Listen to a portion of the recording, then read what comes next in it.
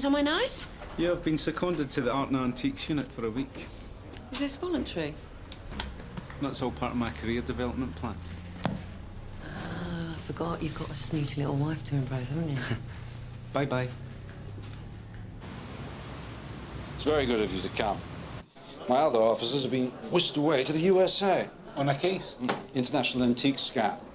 Haven't been exactly overrun with volunteers to take their place. You do know, don't you, that after drugs, this is the second most profitable criminal enterprise in Britain? You're kidding. No, it's well known. That's why we're such a highly funded, ruthlessly well-organised division. Welcome to the kingdom of the Art and Antique Squad. Is this it? 2 officers, me, and the civilian office part. This is D.C. Lennox from Sun Hill. He's the brave volunteer who's been seconded to us for a week. Right, well, listen, park your stuff down there and we'll get going. What, already? Hit the ground running. Where are we going? Rainsford and Reese. They're one of the oldest auctioneers in the business. Woman offered a painting for sale there this morning. Turned out to be a fake. Here we go. I expect this is a first for you. So let's see if I've got this right.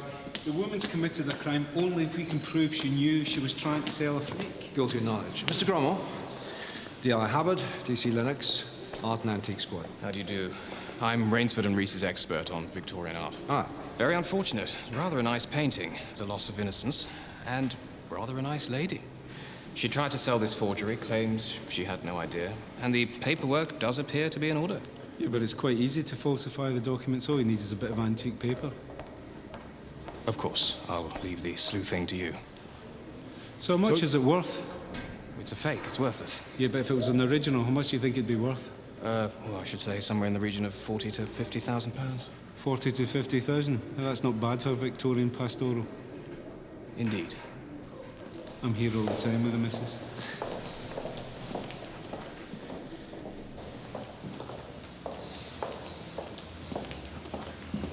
Look, I'll take the painting.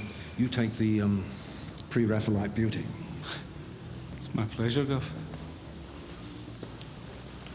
Hiya. I'm D.C. Lennox, Sun Hill. Oh, sorry, Art and Antiques Unit. Tessa Gannon. Am I in trouble? Well, that depends. Did you know the painting was a fake? No, I had no idea. It was my dad's. So this is a complete surprise to you? Yes, I didn't even know how much it was supposed to be worth. Do you know where your father bought the painting? No, but it could be in his papers somewhere. OK, I'll have to look at these papers and I'll have to take a statement from you.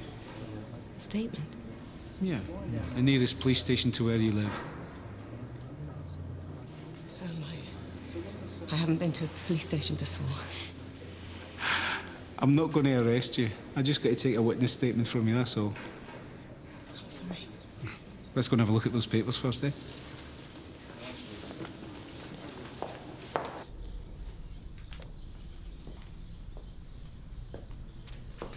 I haven't been able to bring myself to look in those since Dad died. It's nearly a year. Was the painting special to him? Well, to both of us. It reminded us of the place we used to stay when I was a little girl and Mum was still alive. I felt terrible selling it. Well, I suppose that now you know it's not worth anything, you might be able to hang on to it, eh? That's exactly what I was thinking. Part of me's almost pleased. It's mad, isn't it? Oh, no, I can understand that. Do you remember if your dad got it authenticated? I really don't know. He didn't tell you what it was worth, did he? I knew it was worth something. The Ivor Gregory Gallery, Churchbury Street. It's not a receipt. Can I check this one out? Thank you. Well, that'll do for now. But if you come up with anything else, you get in touch, yeah? OK. So, this statement? That's basically just what we've been talking about, but I need it on paper.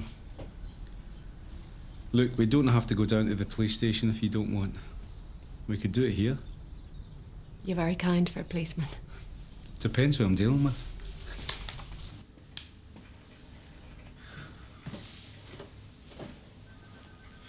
One black coffee. Thank you. Oh, Duncan.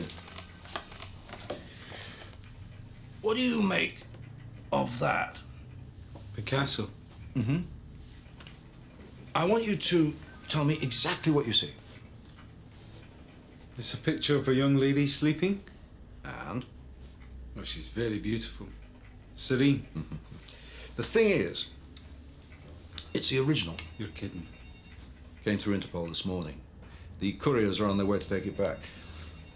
So what do you see now? I don't know. 10, 20 grand? 120, I mean. I'd shoot my mother-in-law for that. See, it's what we're up against every day. Perception, misperception. It's the forger's stock in trade. Misperception. Okay, I'm sorry to disappoint. It's just a cheap old print that I bought in an art shop, because I like it. So what do you see now? A crappy old print. What about the beautiful, serene young woman? Well, actually, I've just taken a statement from her. Oh, yes, our pre-Raphaelite beauty. Can we prove guilty knowledge? No, she denies knowing anything about it. And there's nothing else to go on. The painting's very special to her. So why did she try and sell it? For money, I suppose. You didn't ask her about that? No, not really. So what did you do? Rifle her papers? No, but I tell you what, I found a compliment slip from a Churchbury Street dealer. So I ran a PNC check on the owner and came up with 2 counts for deception and 1 for conspiracy to defraud, but that was way back in the 80s. Nothing since? No, not yet, but I thought I should maybe go round there and have a wee sniff around. But I need a cover. Absolutely. Fran Preston. He's a well-known collector. I'll give you his card. Oh, I've heard of him. Is he on side? Listen, how about me borrowing a painting with a view to buying it, and then we can get our toffee nose expert to check it over? What do you think? You don't muck about, do you? You sure you can handle it on your own? Yeah, no problem.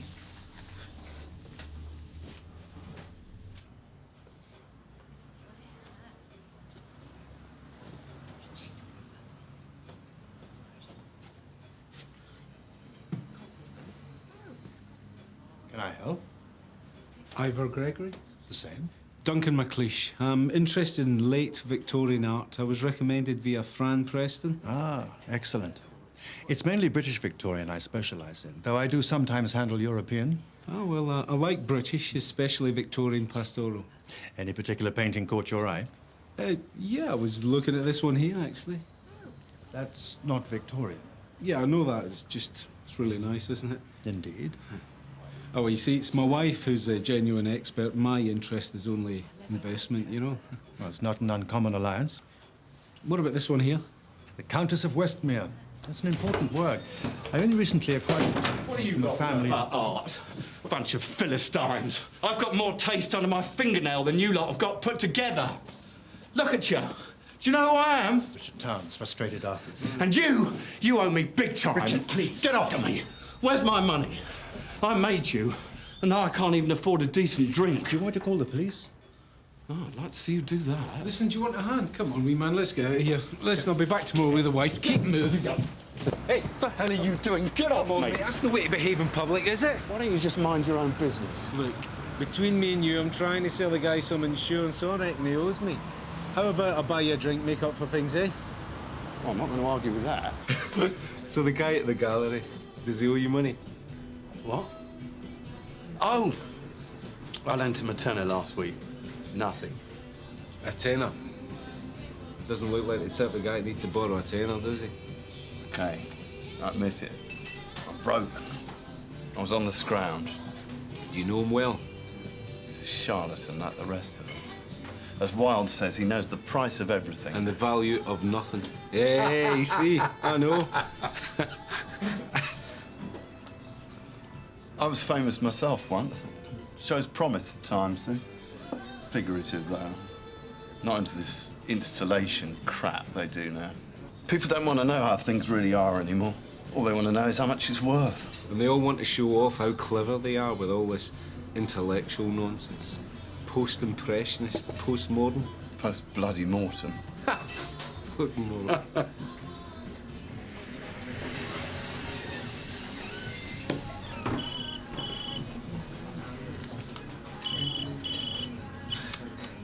Hello, sweetheart. No, I'm just having a wee chat with an artist friend of mine. Really interesting guy.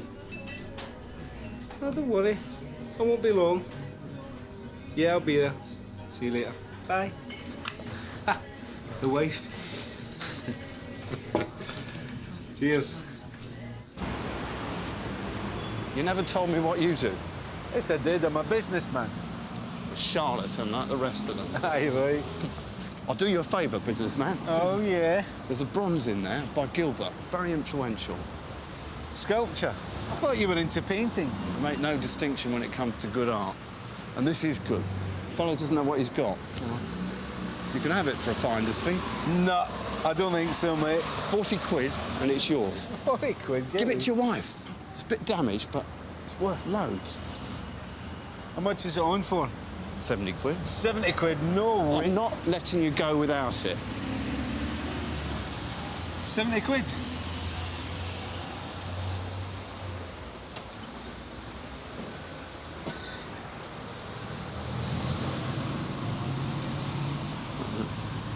No.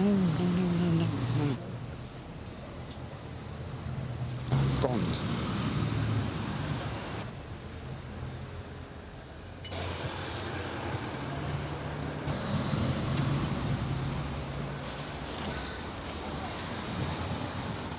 You sure he's not a mate of yours? No, you're onto a killing, mate. So, where's my finder's fee?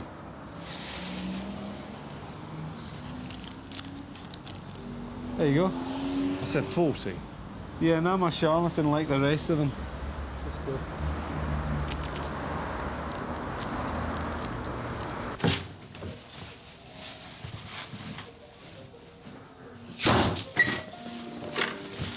Hello, gorgeous. You've been ages. I'm dying to know who this artist is you've been talking to. His name is Richard Towns. Never heard of him. Where does he exhibit? Nowhere at the moment. Have you been drinking? Come on, Shona, I had to take him for a wee drink. Oh, that kind of artist. Just up your street, then. Nah, it was a job. But I bought you a wee present. So, when you said you were talking to an artist, you really meant you were getting drunk with a nobody? Well, I suppose you could put it that way. Where did you get this? In a junk shop. He said it was an original. Oh, he did he? It's a piece of old junk. You can take the man out of Glasgow, eh? What's for supper? Red Thai curry, wild rice, followed by some lovely salad. You made that last time. Some wine for you there. Thanks. You know, I saw a really nice painting today that I know you'd love. Oh, yeah? Where?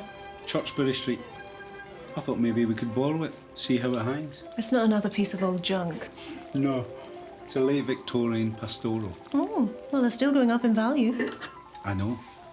That's why I thought you'd like it. Is everything all right, Duncan? Yeah, why? I don't know, all this art and antique squad stuff and buying presents, pulling your weight in the kitchen. You're not having an affair with some awful little policewoman, are you? I'm making an effort. Have you got any objections? No, better late than never. Okay. So how about tomorrow? So what do you think? I don't like the frame. No, but the painting. Well, I'm amazed to say I like it. Good. Hello, sir. Hiya. I'm so sorry about yesterday. No, it's no problem. Your husband saved us from a very awkward customer. Apparently, you're the real lover of Victorian art. It's something I've grown fond of lately. It's a measure of your good taste. Listen, we're really interested in this one. Ah, the beautiful, tragic countess who married beneath herself and spent the rest of her life paying for her mistake. Do you know, shortly after this was painted, the whole fortune was lost, and the painting had to be sold to cover the family debts. Our gain, eh? Indeed. So what's it worth? The painting is currently listed at £9,000, sir.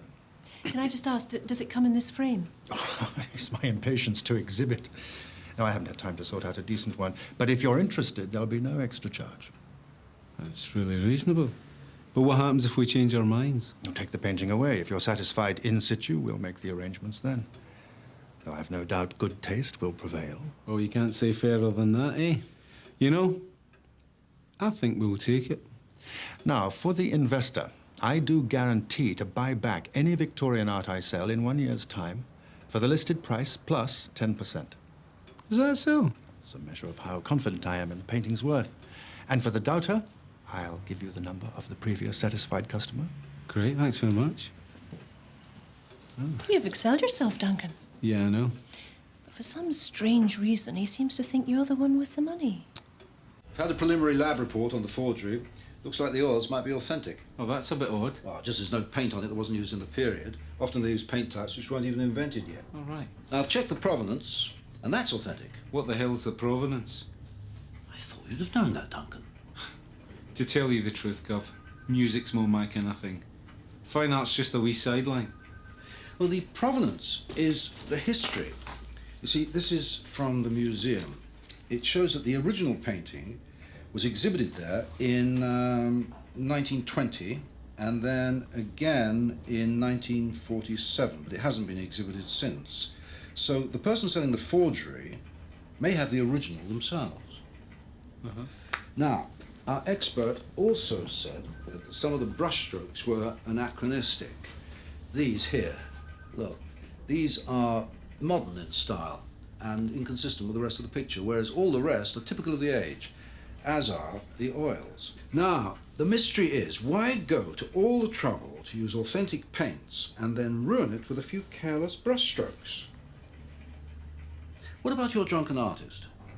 Did he give you anything? Just a hole in my wallet. And you got a painting on loan from the suspect gallery? Yeah, the owner's a right posh snob.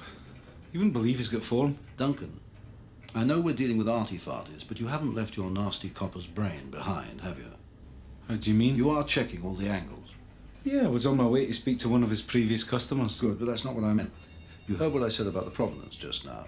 It means that your pre-Raphaelite beauty may have the original stashed away somewhere. Yeah, but something like that's going to be really hard to prove. Not with a nasty copper's brain, it's not. So, is there some news? Not really. I've made some tea. Would you like some? No thanks. It's amazing how a few oily marks on a piece of canvas can cause so much trouble. That's because you've got a late Victorian British, certainly worth a bob or two. You make me feel quite ignorant. I know nothing about art, really. Shall I let you into a wee secret? How to blag your way in fine art. Well, I know a bit. The rest I get from this. Well, I think I need one of those. Was your father a big collector?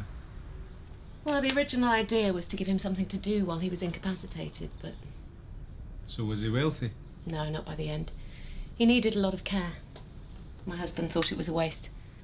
I'm going through a divorce, that's why I had to sell the painting.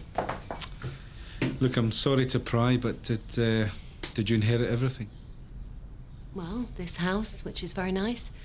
A few thousand in cash, but a lot of that went in tax. Dad didn't realise. Inheritance tax? Yeah, it was all a bit of a mess. So if you had a choice, would you have kept the painting? Oh, definitely. Listen, I better be going. My missus will be wondering where I am. You're married then? Yeah. Nice ones always are. OK, thanks. I'll see you later. Bye-bye. Oh, yeah? Got another one on the go already? It's Tommy, my ex. Who are you? It's the police. Giving you the story about the painting being fake, is she? Convenient, that, isn't it? There's no need for that. Got you wrapped round her finger, then. Just go inside, Tommy. She's got the real one stashed away. I'll be fine, don't worry.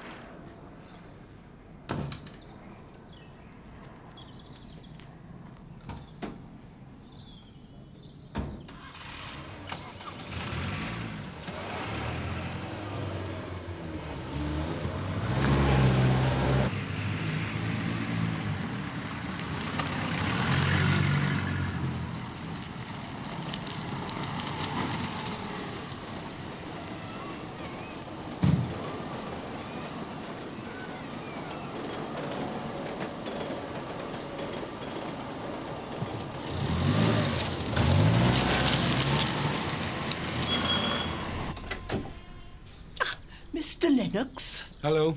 Do come in. Thank you. It's a little cluttered, I'm afraid, but it is the way I like it. Would you like a cup of tea? No thanks, I haven't got a lot of time. Oh, what a pity. I don't see many people these days. Actually, it's about a couple of paintings that you bought and sold from a Victorian art dealer. Nice, Mr. Gregory. That's right. You see, my wife is buying a painting from him, and he said that you could verify the deal that he offers. Oh, yes, very good. True to his word every time.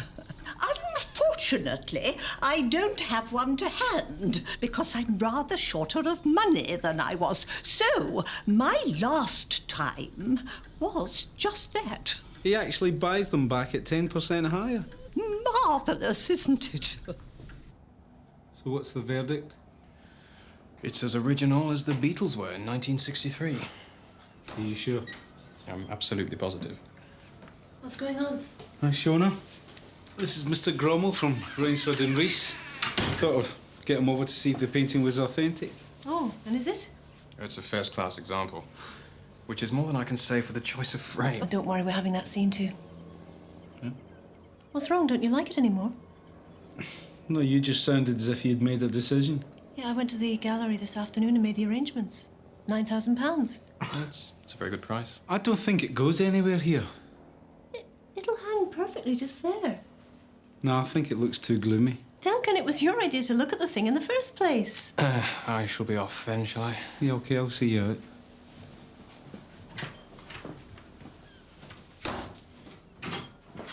I don't get you. You practically dragged me to that gallery and now suddenly you don't like it. It's not that. I couldn't say in front of Grommel. The guy that sold you the painting. I did a check on him. He's got phoned for deception. So? The painting's fine. You just had it checked. Yeah, but... Hold on. Hold on. This isn't a police operation, is it? Yeah, we're investigating the gallery. All right. Right, so you didn't think I'd like the painting at all. You were just using me, hoping I'd hang it for a few days and then send it back. Hard luck. I'm not so malleable then. I'm sorry. I don't know why you didn't just ask me straight out in the first place. Well, I didn't think you'd do it. No, I wouldn't. You can't be serious. You're not going to put that on that wall, are you? I like it and I'll hang it where I like. Hey, I live here too, you know. It's always me who pays for the nice things. Be grateful for once. Where are you going? Back to work.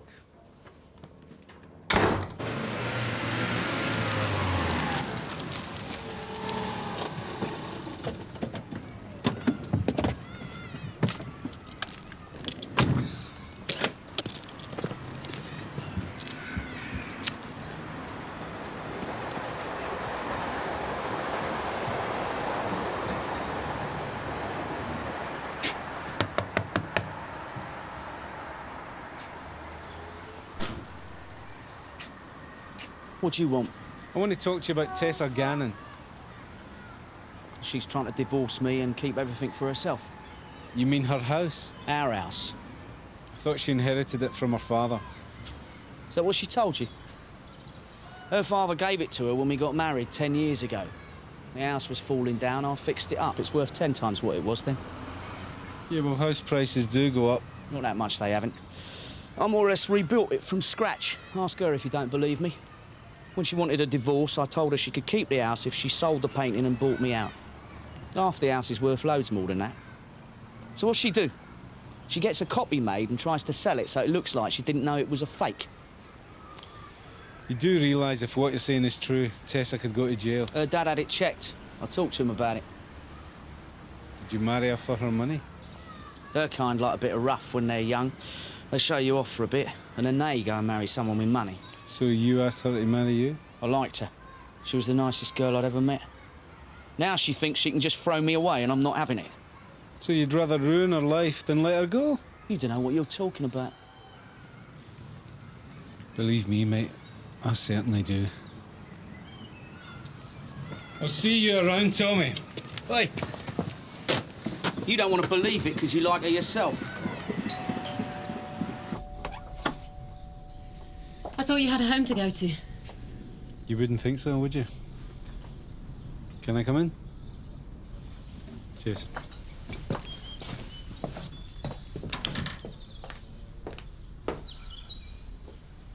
You've been to see Tommy? He thinks I've got the painting stashed away. Have you? No. Why did you tell me you inherited the house? Did I say that? No, my dad gave me the house when we got married. What state was it in? It needed work. Tommy did some of it, but I paid for all the materials. But maybe I did say I inherited it. Dad was worried about me marrying Tommy, so when Dad gave me the house, I felt like a failure. It's one of those things that you gloss over when people ask you about it. Tommy didn't like it much either. It's one of the reasons he's so angry about everything. Does he work? When he can get it, but it's me who pays for everything. And what's the deal with the house, then? He told me I could keep the house if I sold the painting, but I had no idea it was a fake.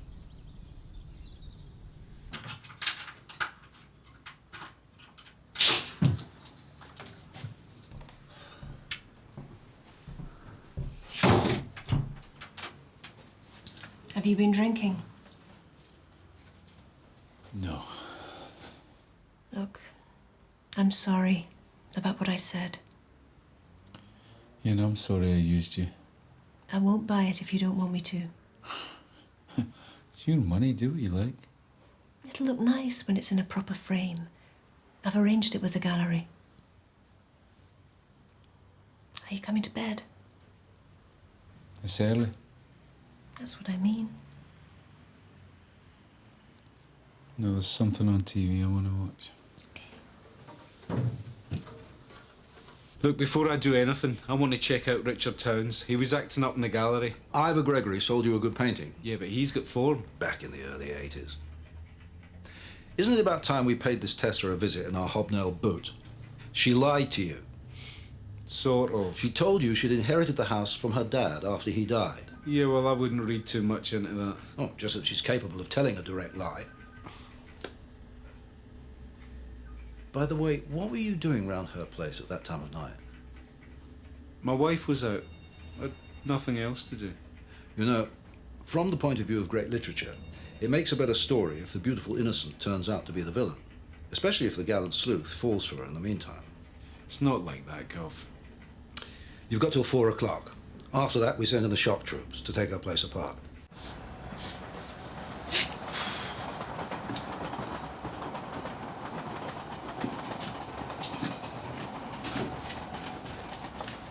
All right, mate.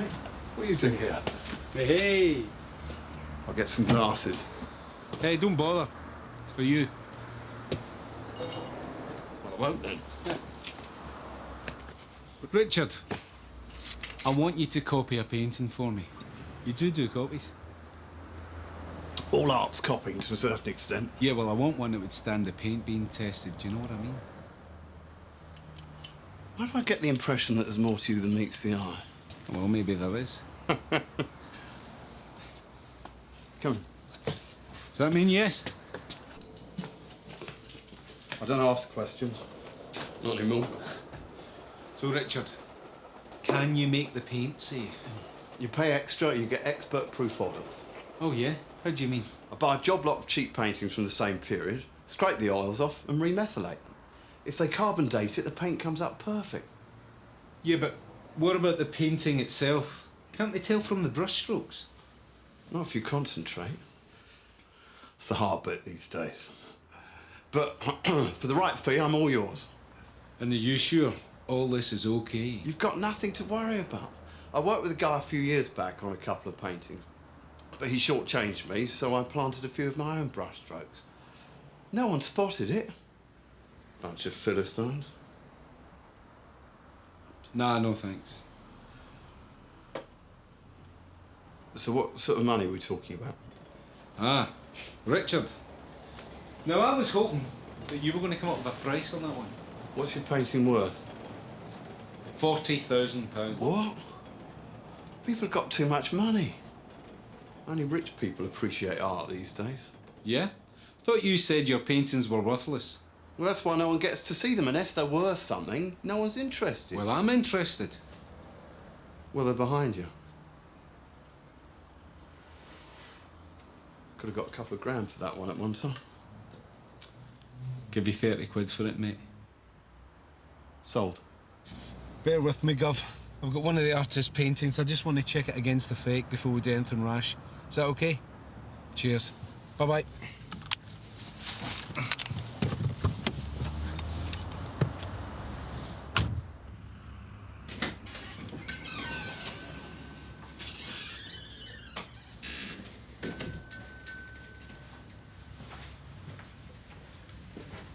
Can I help?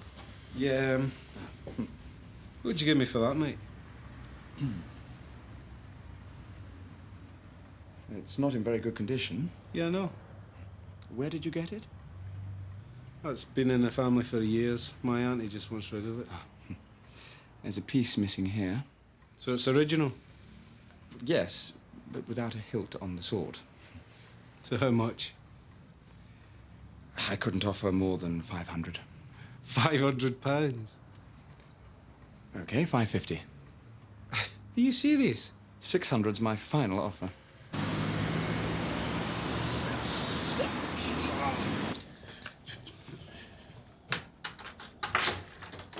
Shona! Hey, Shona, you won't believe this. I just got 600 quid for that statue that you said was worthless. Don't lie, Duncan. You're supposed to be a policeman. Huh. So you got it reframed then? Oh, you noticed. When did it come? Just now. What? Just looking at the brushwork. The brushwork's immaculate. What the hell's that? It's a painting by Richard Towns. Who? Do you remember the artist friend I told you about? Shona, I think we've got a problem. What are you talking about? You had an expert check it out. Yeah, but look at the brushwork. Here. And here. They both match Richard Towns' style. Can you see that? Yes, it's there, in the roses. These brushstrokes match the ones in Towns' own painting. And what's more, they look the same as the mysterious strokes in Miss Gannon's forgery. Very anachronistic, and very well spotted. What does this mean? I'm afraid this one's a forgery. Well, how can it be? It's been switched, that's how they do it. Try not to look too pleased, Duncan. I knew he was dodgy. Well, we'll have to take it back. Don't touch it, it's evidence. Your wife bought the painting. You never told me that. I'm sorry, Gov. So that's why you applied for this post, to bridge the cultural gap. No, that was out of order. I'm sorry. It's none of my business. That's all right. So, you think that the pre-raf beauty's dad bought her painting from this gallery? Yeah. Her ex-husband said that the old man got it checked. It's the same MO. Switching them after the sale. It's very clever. Yeah, well, he let us take it away and he knew we'd bring it back to get reframed. You know, he's so cocky, he buys them back and then he sells them on to another mug. The question is, who do we go for first? I think we bring in Towns. I knew you were a charlatan. Come on, Richard, don't take it personally. It's my job. But you're just scum! Hey, there's an art to being a cop or two, you know. I think we should put them in the tank for a few hours. Make them sweat. I take it back. Your nasty copper brain's intact after all.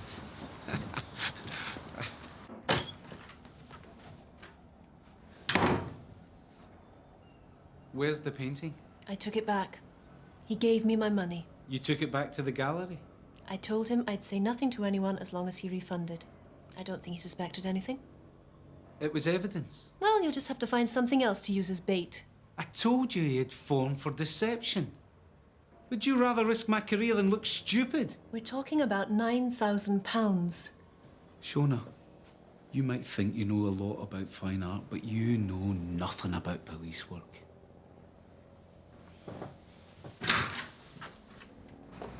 Oh.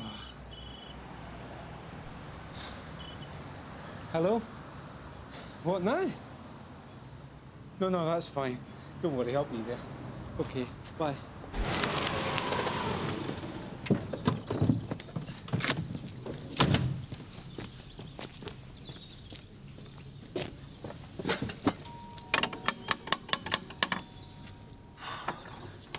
What is it? It sounded urgent.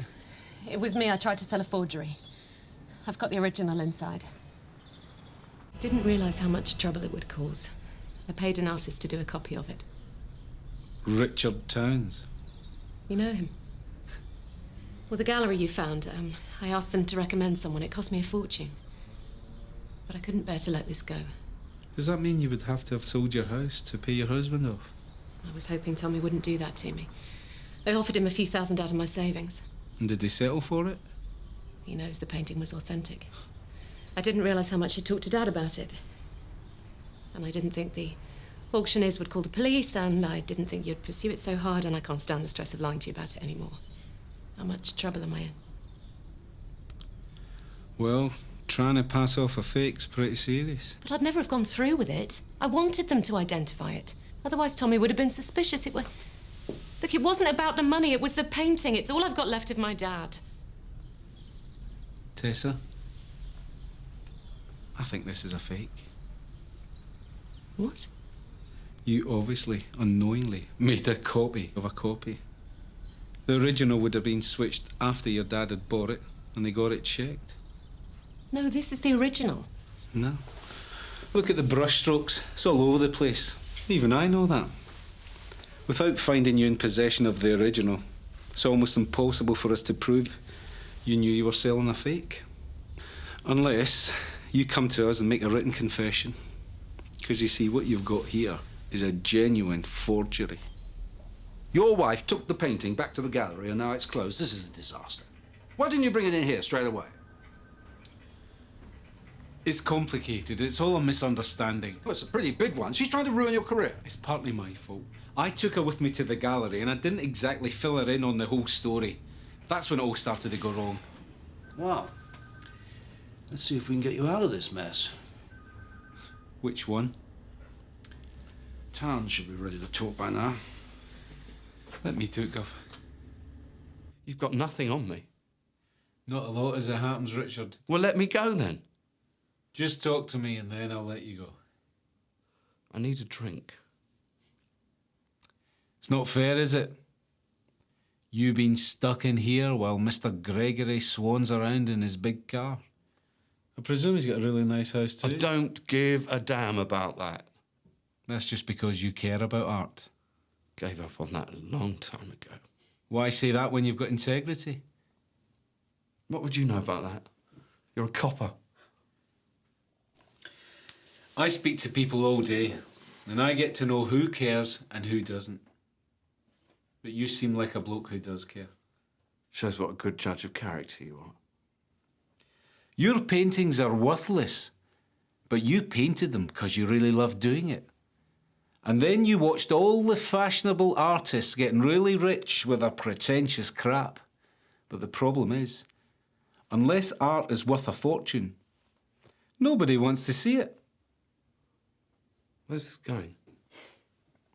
And then you started to need money to drink. That was when you got involved with Mr. Gregory and his forgeries. So my guess is, you saw an opportunity to put two fingers up to the art world. And suddenly, your work was all over the place, but only you knew it.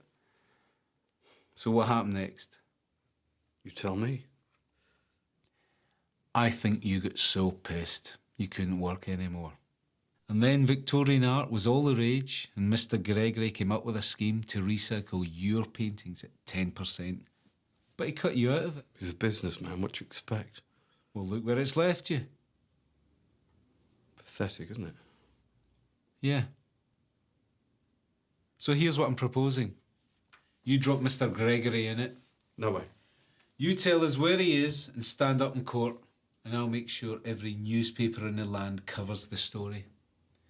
Richard Towns duped the art world. Tell me, how many greedy idiots do you think will start crawling from the woodwork and admit that they've been done? But of course, I'll have to have a wee chat with the judge, because it does carry a jail sentence. But I'll make sure it's a decent nick with a good rehab unit, and then you can come out and start all over again. Can he do that? He can do what he likes. Just tell us where he is and where he keeps his stash of fakes.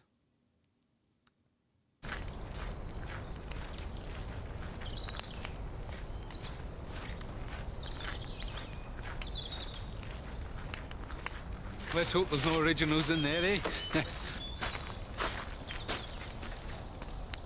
What were you burning in your garden? Some worthless stock I was stuck with. Everything you took from the house is original. For the benefit of the tape, I'm showing Mr. Gregory Exhibit DL2. Your wife was fond of that. For some reason, she changed her mind about it. Have you ever seen this painting before? Yes. Have you ever sold this painting? Absolutely. You were present. Have you ever sold a copy of this painting? See, what I don't understand is if you had suspicions about that painting, why did you let your wife bring it back? You wouldn't let her interfere in an investigation, surely. Perhaps she has a problem with her ego. I've got nothing against people with too much money. But if someone clever enough were to take advantage of them, well, I, for one, would be rather glad. Why did you suddenly shut up shop? Oh, it's just temporary. I'll be back. Just so long as there's a market, I'll be there. So, what have you got? Has someone come forward with an accusation? Not your wife. The Countess who married beneath herself. You haven't got anyone, have you? Well, don't worry. We've got someone. Art is corrupted by greed, and so are people. They wouldn't want to show themselves up. And here's another thing. Art crime in this country is a huge industry. How many of you are there in the art squad? 2? 3 at most. You don't care about a bunch of greedy, selfish idiots. And that's what we're talking about, isn't it? Interview suspended. 16:03.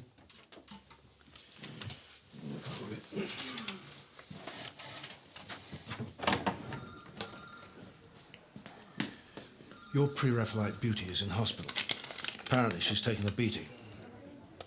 Cheers. Tessa? Did Tommy do this to you?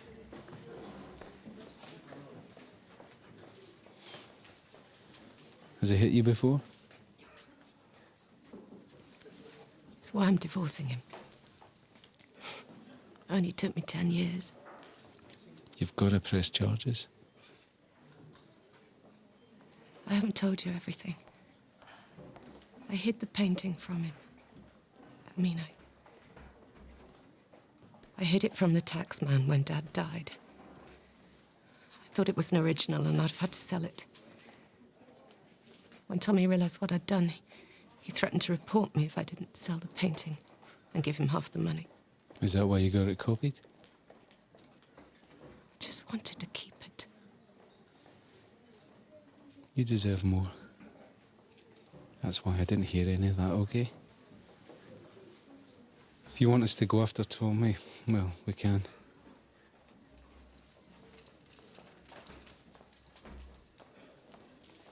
Well, at least the good news is that we found the original painting. You've got the original paperwork, so it all comes back to you. Tommy would be pleased. You don't have to tell him.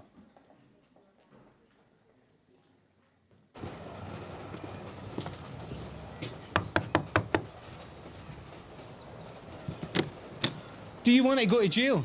Well, do you? Blackmail's hard to prove. But if we got you for it, you'd go down for 10 years or more. Well, what's she been saying now? Something about tax. Now, you listen very carefully, Tommy. Tessa hasn't got the original. So back off. And if I hear you've had a go at Tessa again, I'll come and pay you a wee visit. You understand? Yeah, all right. He made your point. Good. I'm going to miss you, Duncan. Thanks, Gov. Enjoyed having you. If you learn nothing else from this experience, next time you go into a gallery, you'll know what to look for. I certainly will. £5,000. £5,000! I sold it to that guy for 600 quid. Oh.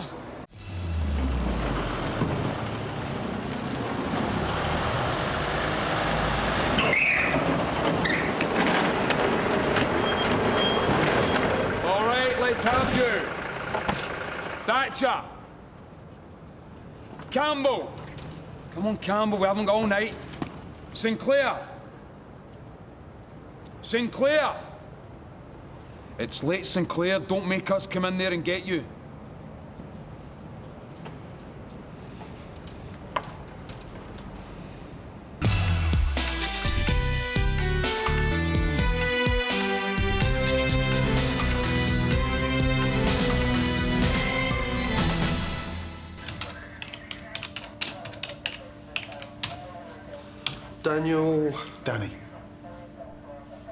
Daniel Sinclair. 8 years, dealing Class A drugs. That figures. Come down on the transfer from Leeds. Homesick, were we? It says on the paper there, Crown Court witnessing another case. So it does. So you'll be in segregation with all the other grasses. He's a defence witness. They must be hard up.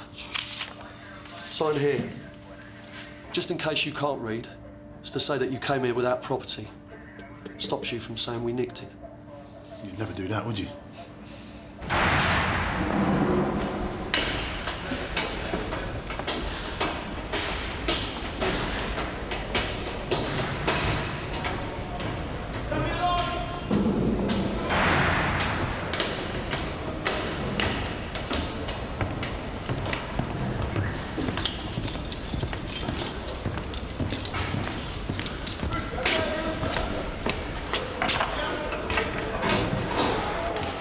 Wakey, Sefton. You got a new roommate. Danny Sinclair, Ricky Sefton. Hello. Sefton's a wing nonce. Don't worry. He likes them younger than you. A lot younger.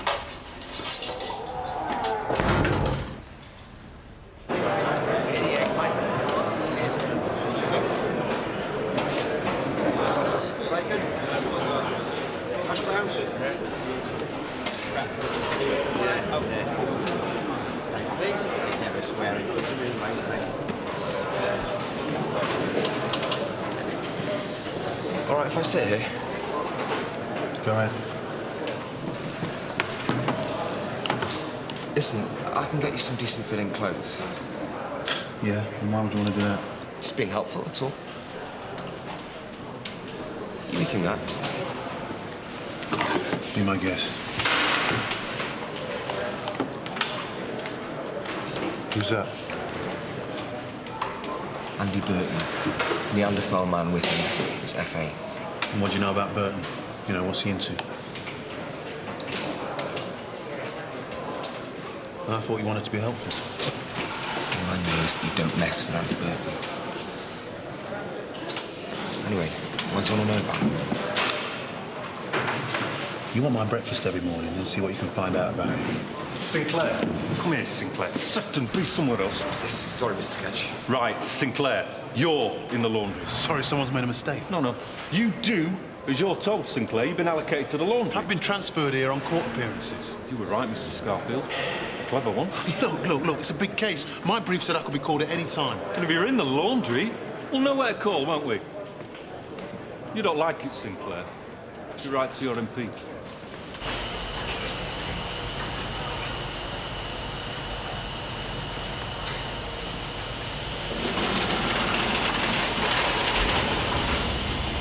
Yo, new boy. Yeah? You got any phone cards for me? What? Like community tax. Everyone pays it. Who's the new boy? Is he good looking?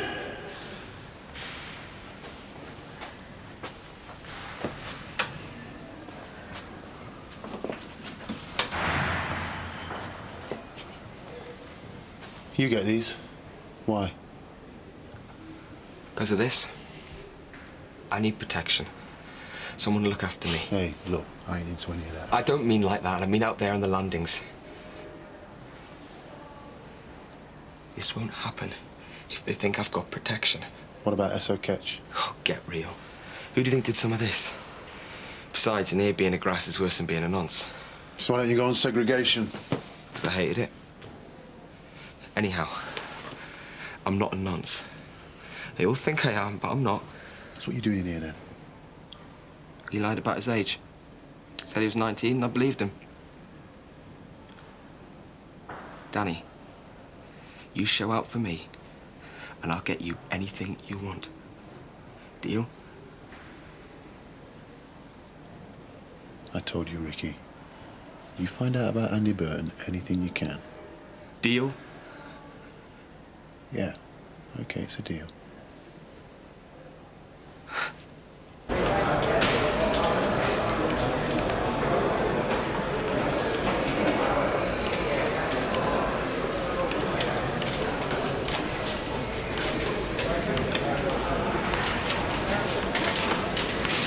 So, new boy, you got your phone cards yet?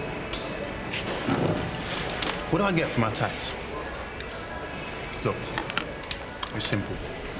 What do I get from you if I hand over my phone cards?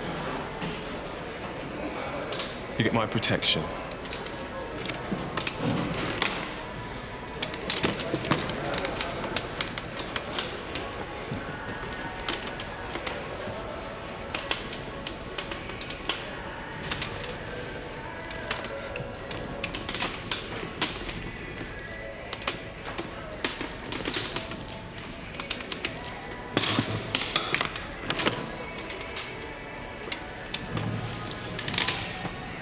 I'm going to be watching you, new boy.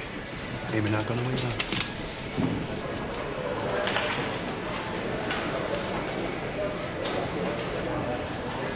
Come on, my son. Oh!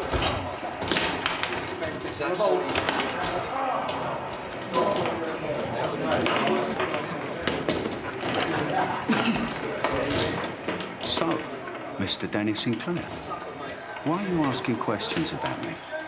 Sorry? Don't insult my intelligence, son. You might come to strong stuff with Anderson's goons, but FA, he's the genuine article. Look, I don't want no You trouble. get that little non-sefton running around asking questions about me. I get to hear about it and I think, hello, what's going on? This guy fronts Anderson and yet he don't talk to me. Is this funny or what? Leave me, son. You don't want me to have to ask you twice.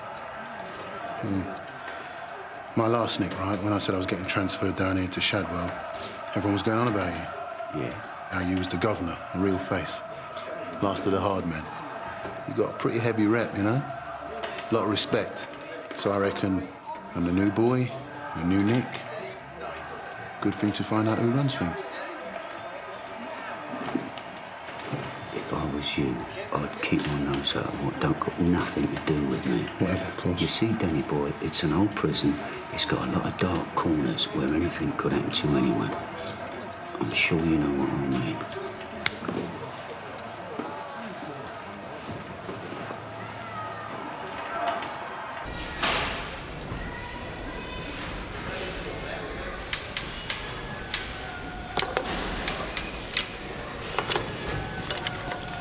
Phone's busy, Ricky. Come back later.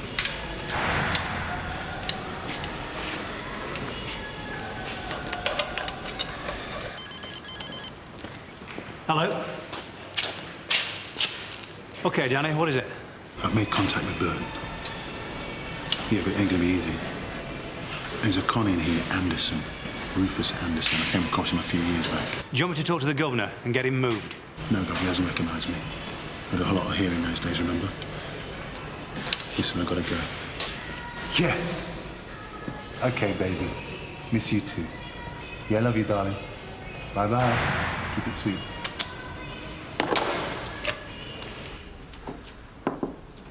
Alex. Gov, Rufus Anderson. He's got a sheet as long as your arm. I think Danny was on the team at Stafford Row that nicked him a few years back. So what's Anderson doing now? 6 years for GBH. Gov, I know you set this up with SO10, but do you really think Burton's going to open up about the money? Well, it's not just the 11 million quid. The safe depository raid left a young secretary in a wheelchair. We never found out who shot her. But we're only interested in him now after, what, 5 years? After 5 years, he's hardly likely to suspect us of making a move like this. Still don't get it. The bullion robbery 2 weeks ago in St Albans. According to intelligence reports, 24 hours later, Charlie Main was bragging about it in a bar in the Algarve. Charlie Main lives in exile out there, bankrolls jobs, takes a cut of the laundered cash. We've never been able to get close to him. And you think he bankrolled Burton's safe depository raid? I know he did, Alex. And now we've got a real chance of getting close to Burton.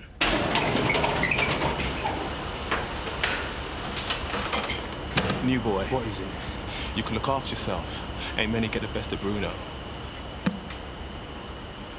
Easy now, new boy. Look, we're all friends here. So what's up? You want to get out of here? The laundry. I'll get you out of here. And what do I have to do? Just be on my side. Burton reckons he runs this place, yeah? But I'm going to teach him that ain't so. Hang on, I ain't getting involved. Well, you're going to have to, new boy. Because if you ain't with us, you're against us, yeah? I ain't with no one. I've seen you before. Yeah, maybe. I do the rounds. No, I've seen you somewhere before. Well, like I said, I do the rounds. But I ain't getting involved in no war with Andy Burton. Your decision, new boy. But think about it. Because if I were you, I wouldn't want to get on the wrong side of me.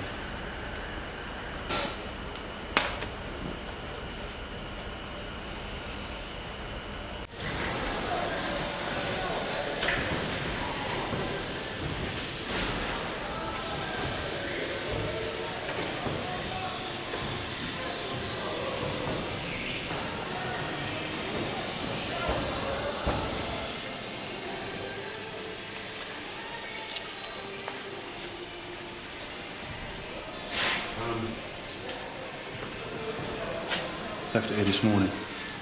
It's all right, don't mind me, boys.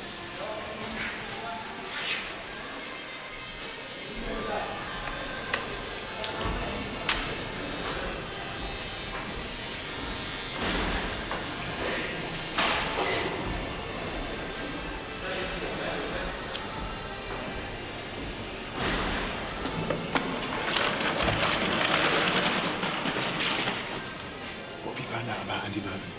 Nobody's saying much. What? Think it's easy? You think I just walk up to Collins and go, "Hiya, what do you know about Andy Burton?"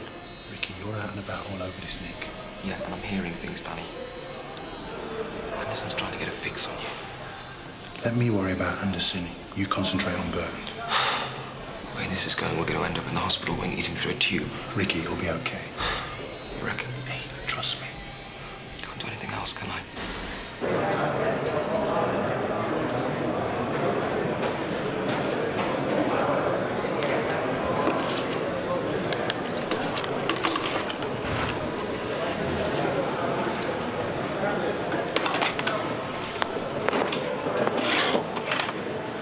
You want something? I'm in the laundry. Very industrious, I'm sure. I could get your clothes done. Proper service wash like on the air.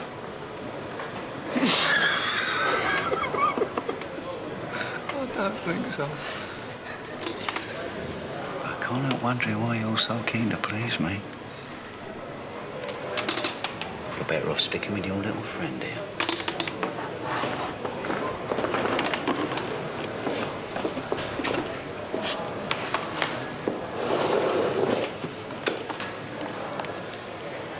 What's all that about? Nothing. So what you got for me? Seems FA's been receiving parcels. Yeah? What? Drugs is all they're into. What about Anderson? He can't figure out your game. Thinks all you brothers should stick together. Okay, Ricky. Thanks.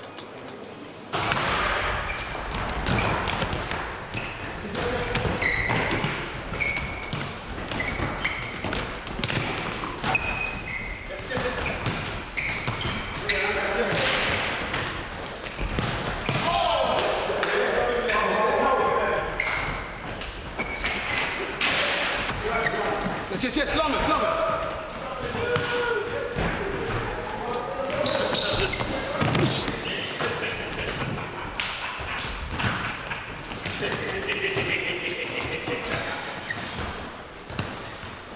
Yeah.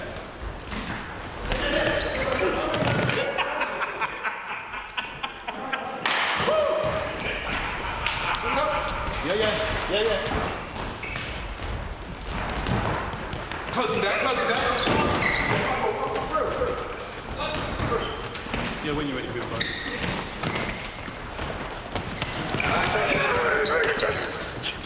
Try that again down there. And you're just crying all day. You understand?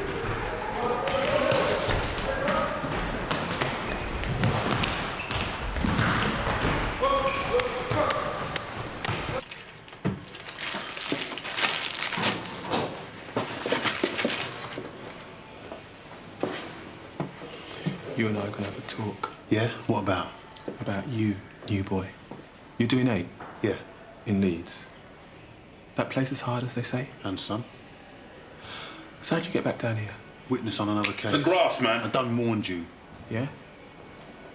What call? The Bailey. Police corruption. Friend of mine got fitted up. What friend? Terry Malloy. Don't know him. He probably don't know you. I'll ask him next time I see him. So how come I ain't heard about no corruption trial? How the hell would I know? They're probably trying to keep a lid on it. A lot of senior officers involved. Like that lot of Sun Hill? Way back? Wouldn't know, would I? Oh, yeah, because you've been in Leeds. Yeah. Well, Henry Grant, on the ones, he come down from Leeds the other week. And he says he's never heard of you.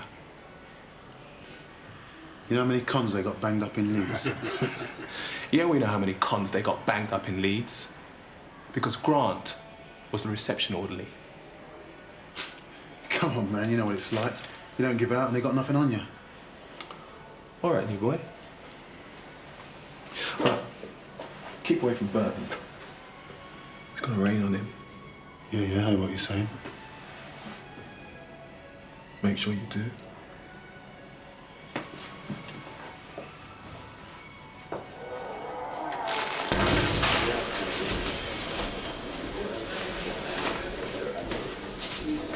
Any chance of us having a word? What about? This and that, but not here. I don't think so.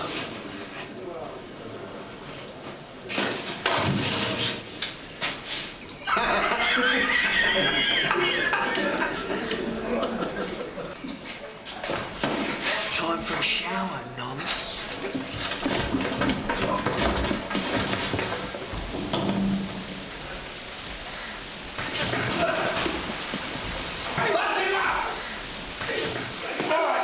Major point.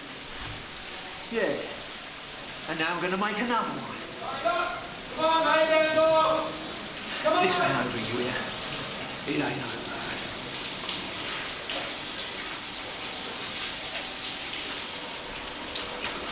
Come on, Ricky. Come on, mate. You all right? You'll be all right, that's it. Okay, come on. Bobby, move!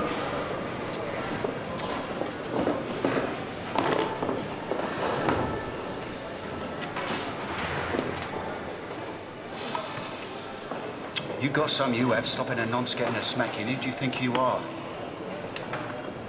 Nonsense like Sefton, they're filth. And you ain't doing yourself no favours by looking after them.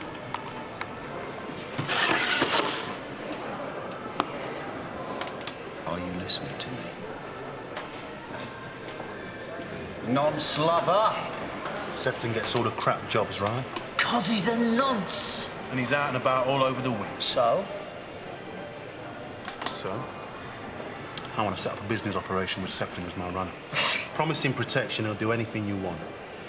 I've got solid contacts on the out with a good supply of quality product. Ain't you forgetting something? What? Anderson runs the franchise for me on this wing. Yeah, but he's getting bold. Mouthing enough about how he should be running things. Right, make me laugh. No, this is serious. He's going to take you out big time. But if we work together, we can ease Anderson out of the frame. I'll think about it. Yeah, well, while you think about it, Sefton gets left alone. Shut up. You put the word out. All right. If you want that little non-Sefton all to yourself, you can have it. Thanks.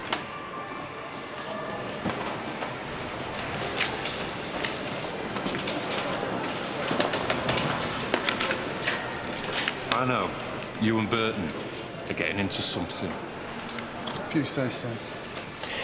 Anything untoward, Sinclair, and you'll find yourself on D-Wing with all the gomos watching Teletubby videos.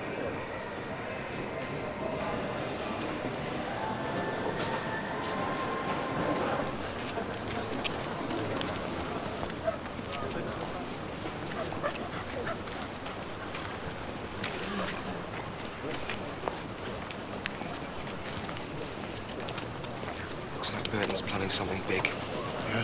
Where'd you hear that? You don't need to know that. Any idea what he's planning? Is Anderson involved? What? You think they're going to make a move on him? You're supposed to be telling me.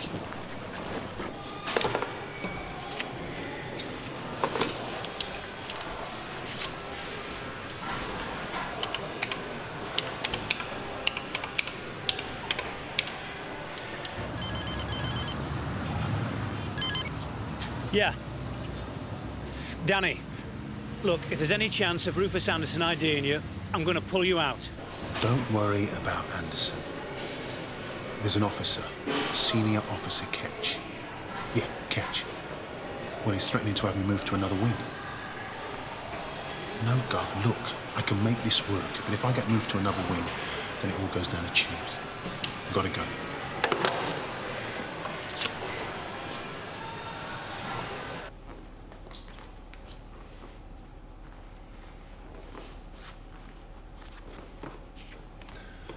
No one visiting you, Sinclair? Seems not. Even your friend Burton's got a visit. Yeah? Lucky him. Still,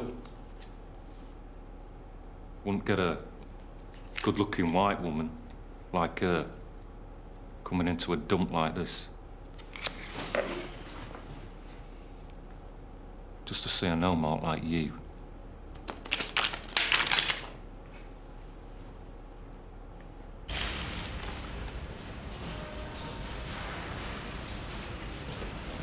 Ricky, how do I get into the visits room? Well, first you need a visits order. Don't mess me about, Ricky. I mean now. Now? Yes, now. This ain't gonna work. Shut up, Ricky, and just get me in that room.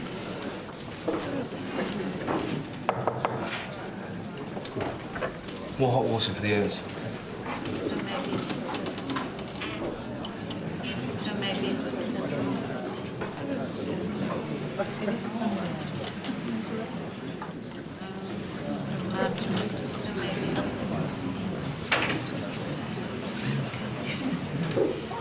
You're supposed to be in laundry, Sinclair. My fault, Mr. Scarfield. I couldn't manage the trolley on my own. If I spilt hot water on myself, then I'd have to see the governor. You know, health and safety. On your way, Sinclair. And less of it from you, Sefton.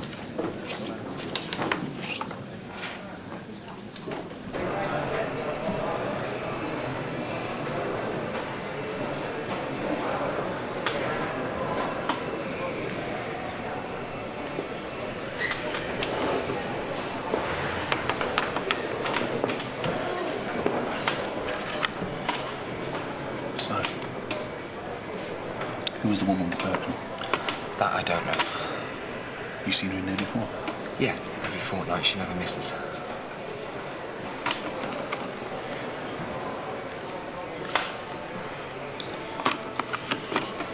See if you can find out who she is.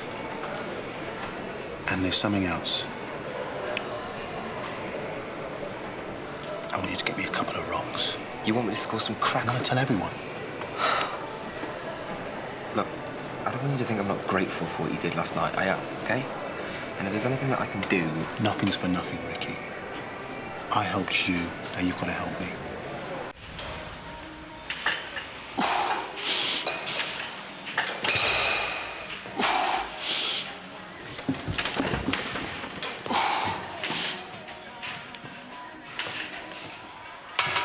New boy. What can we do for you? You can stop your crew watching every move I make. I told you the other day, if you ain't with us, you're against us. Okay, I'll do a deal with you. Oh, you'll do a deal with me? I'll take FA out of the picture if you keep your little girls from watching me. You want FA out of the game because he's after your little boy. Hey, look, that's cool. We all got to have our own comforts. Okay, you get rid of FA for me.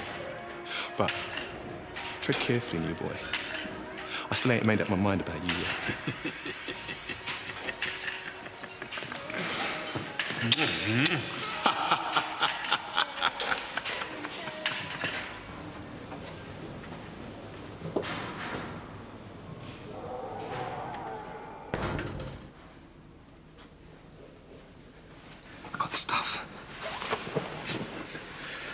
It's not for me. I want you to put it in FA's cell, in his bunk.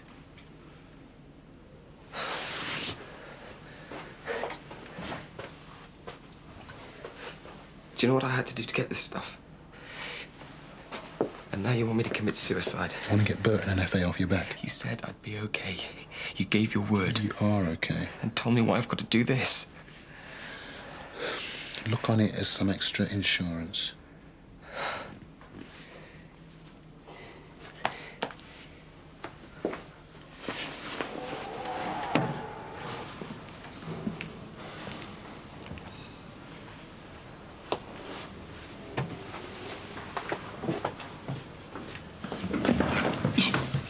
Take a good look at this slag, Mr. Scarfield. He's a protected species. I don't know what you're talking about. Oh, I think you do, Sinclair. I put in a report to the Wing PO saying you should be moved because you're too close to Burton and you've got an unhealthy relationship with a nonce, Sefton. But my PO says no. You've got to stay here. I don't know what scam you're working here, Sinclair. I'm working any scam. I just want to do my time, that's all. I hope so. Because you put one foot out of line and I'll have you down that block. Do we understand each other? Yeah. I don't think we do. Yes, sir, Mr. Ketch.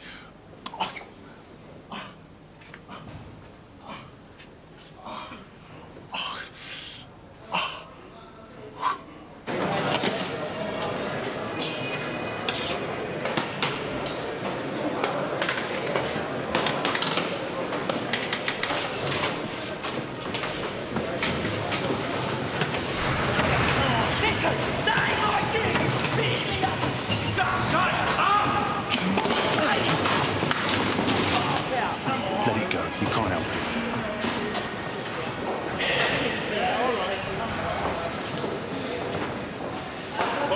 All right. Show's over. Get on with your meals.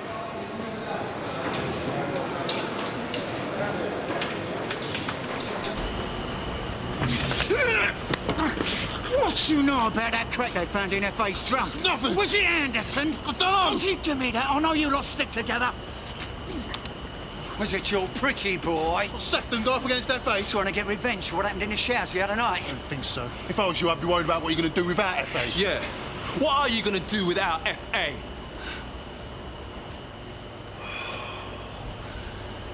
I'm taking over. You! All right, new boy. You can go. I ain't going nowhere. You've done your bit. Now get out of here. You! It wasn't me, Andy. You didn't know that you planted crack in FA cell? That's rubbish. Only yesterday he's offering to take FA out again. Why would I do that? Everyone knows I can take him any time. Like the other night in the showers. Why did I risk planting crack in his cell? Does that make sense to you, Andy? Okay, new boy. You made your choice. All right, Anderson, you better make a good job of this. Because I swear I'll have you. You might do me, but I'm really gonna hurt you. Come on, then. Let's see what you've got. All right. Ben's over there. Laters. And you, new boy? Any time. You and your bimbos. Do you stand around, do we, Sinclair?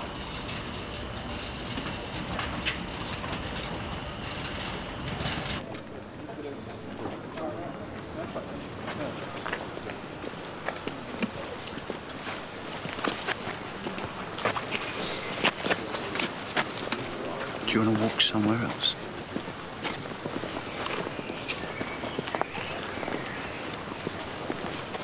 Thanks for what you did earlier. I owe you. Yeah, I've got to be well careful. Anderson's not going to give it a rest. Now I've got SA Ketch on my back and all. Do you want to get out? Right, move to another wing. No. Out of here. Out of this armpit of a place. You what? 10 grand, and you're out of here with me and off to Portugal. 10 grand, eh? I need someone with me, Danny boy, in case things get heavy. And after today, I reckon that's you. There ain't nothing to think about. You sit here in a 30-by-9 waiting for Anderson, or you can put your feet up in the sun. Yeah, OK. I'm in. Sure you can sort out the cash? Just have to make a few calls. We'll do that once we're out. Your word's good enough for me. OK, Andy. When are we going? How are we going? All in good time, Danny boy.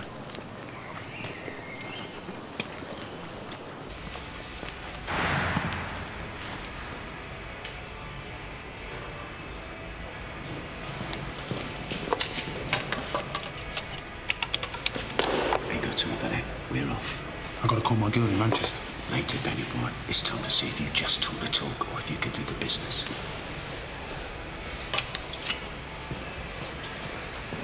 Put them on a trolley. From now on, it's all a matter of time. So you do what I say. All right? All right? Yeah, right. Take that.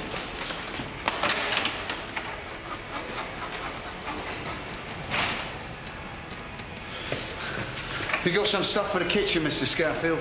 Kitchen's closed. Well, if this ain't ready by the morning, this lot don't get no Sunday breakfast. What you want to do? Wait and check with SI Catch?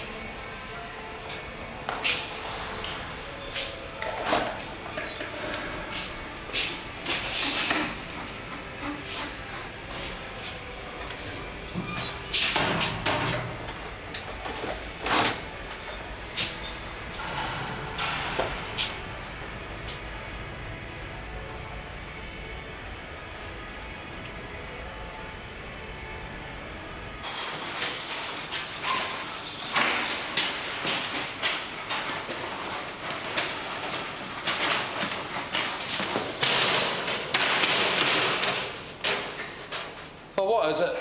Wheels jammed. Check that in.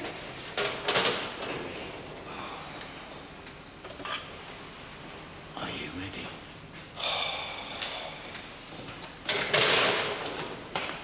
Everything okay? Yeah, it's all right. Fixed it now, Mr. Scaffield. Give him the keys.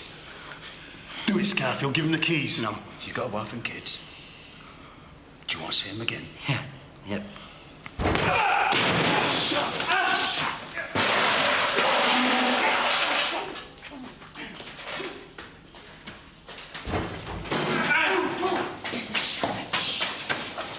Which key is it? That one.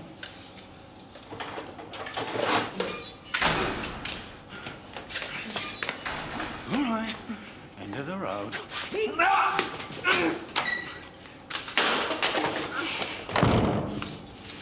These were outside. Will be on CCTV. It's the weekend, so they're short-staffed. Well, 6 minutes before they can get to us, so stick close to me and move fast.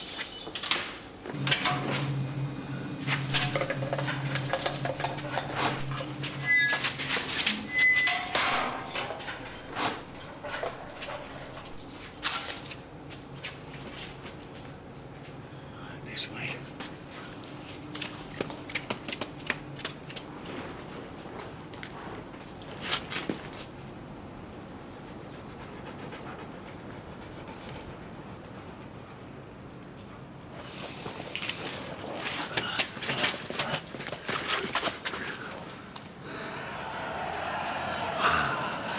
Just a little diversion I arranged with Anderson.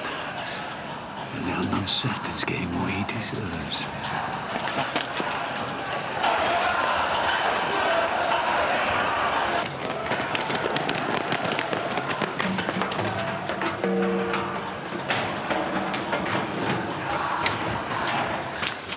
Right. All the screws will be on the wing by the time the CCTV picks us up. When I say now, we run to the wall.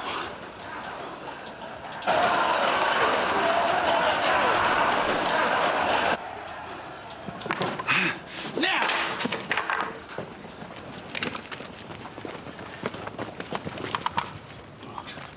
Right. You two, give it up now! You stand away from... Andy, listen. We haven't got time. There's no time.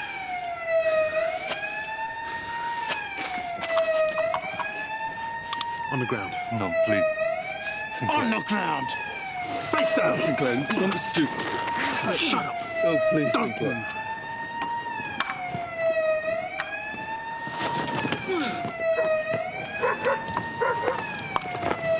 Going nowhere.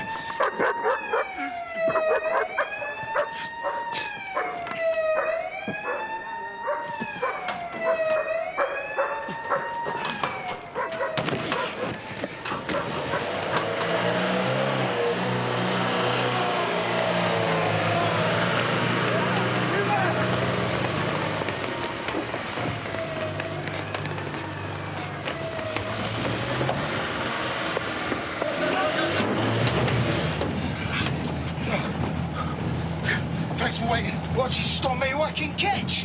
Look, we haven't got enough heat on us. Ain't gonna be no heat. Where's the gun? Dropped it. She did what? Ladder was swinging all over the place. All right, no matter. Right then. We'll just lay low for a couple of days. And then ease off to Portugal and a good life. Why Portugal? That ain't got nothing to do with you. You just worry about getting that 10 grand you owe me.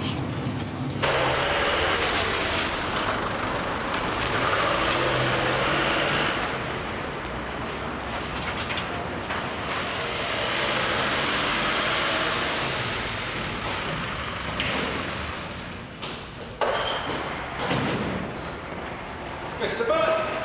And who's the Schwarzer? Don't mind about him. Where's Dave Markham? Be along later. This way.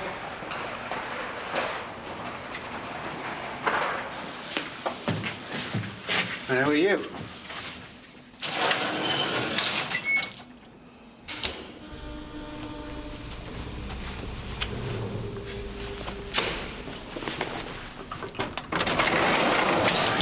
This way. Who's this guy? He's one of Dave Markham's crew. And this Markham was your partner, yeah? You're over the wall, right, so shut it with the questions.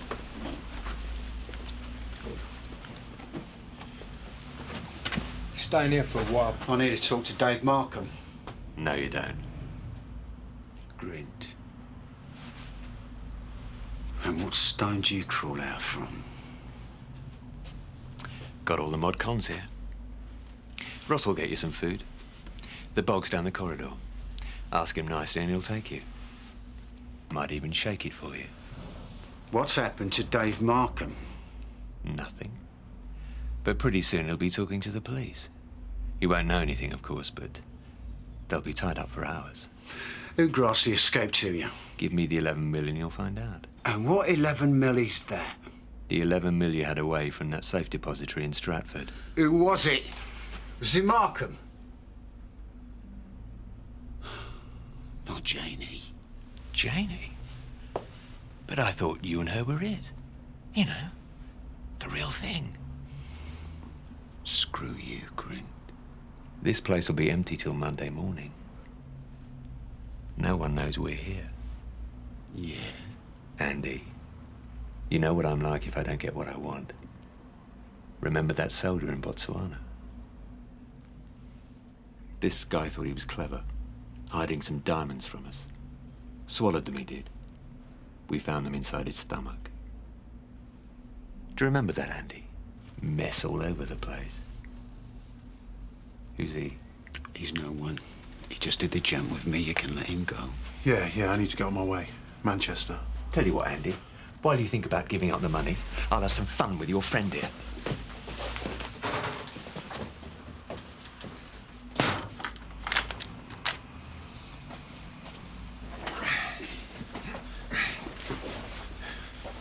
Look, none of this is anything to do with me. I know. But your friend Andy needs help making up his mind about giving me his money. You think so? I know so. I was close to him in Shadwell. That's why I'm going to hurt you. No, you got it wrong. The police have been all over him to give up his partners, the money, offered him deals, everything. But he stayed quiet, never said a word. So? So he's not going to give up 11 million quid because you're hurting someone he met a few days ago. We'll soon find out, won't we? Look, Burton, trust me. You said you only met him a few days ago. That he wouldn't give a toss what happens to you. You're not listening. I said he trusts me. Why else do you think he took me on the jump? Go on. Well, you can carve me up and he won't bat an eyelid. And then you can start on him. But if he don't come up with the goods, then you ain't got nothing. You'll have gone to all this trouble for nothing.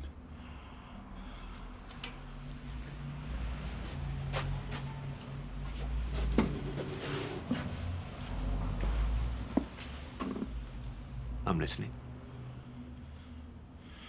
Well, look, it's simple. I get Burton to give up the money and you let me go, right? And if I screw it up, well, then it's over to you. You've got till lunchtime tomorrow. Then I'll do it my way. You see, we really need to speak to Officer Scarfield. I think I most sent him home, suffering from shock. Anyway, shouldn't you be out there looking for him? Yeah, that's all in hand. That's supposed to make me feel better, is it? Right now, Mr. Ketch, I need you to tell me everything you know.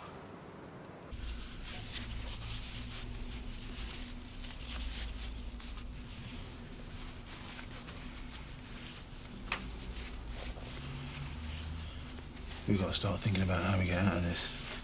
I'm thinking how come Grant takes you outside and you're still here? Simple.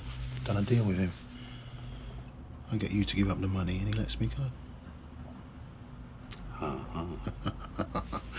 Now, I told him I got some mates up in Manchester who'll pay for me. That's great, thanks. So, looks like Grint gets a double payday. You think, do you? Well, I ain't saying nothing. Said if you think you can trust Grint, you're a fool. I don't trust Grint. All I did was buy us some time. At the end of the day, it's all down to you. Listen, I've just been set up by Janie or Markham, the two people I trusted most. Now, why should I give them any of my money, eh? Andy, you want to forget about how we got here and work out how we're going to get out? You work out what you like, I'm having a rest. What do you mean, arrest?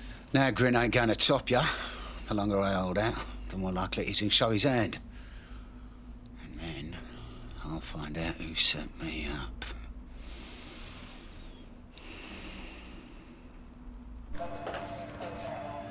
Looks like Janie Walker was the only one to visit Burton. Doesn't mean anything. Prisoners have phone cards. They can call whoever they like. So you think this Janie Walker's kosher? Got a visits order, didn't she? Look. We're on the same side, you and me, huh? So where's the justice in this? Burton pulls 18 years for armed robbery.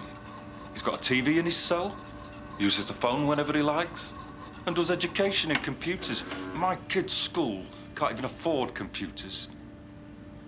I understand, Mr. Ketch. I'm sure someone will talk to you about that. Now, have you got any idea how that gun was smuggled into this place? Well, all I know is Sinclair was going to shoot me. But when I fronted him, well, he couldn't do it, could he? All the same, that lot. No bottle. You nick him, D.C. Lennox. You give him one for me. Oh, aye, don't worry, I will. Now, can we see the other tapes, please?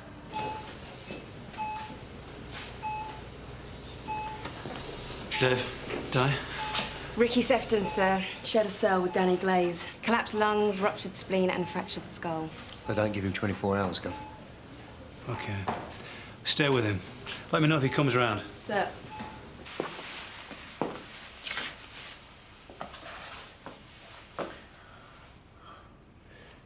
You can't prove I had anything to do with Sefton getting done. It's got nothing to do with us, Rufus. That's for the local boys to deal with. Or the murder squad, if he dies. All we want to know about is the escape. You mean about your boy, Danny Glaze, going over the wall? Wouldn't worry. He ain't gonna last long. See, I told Burton that he was a cop.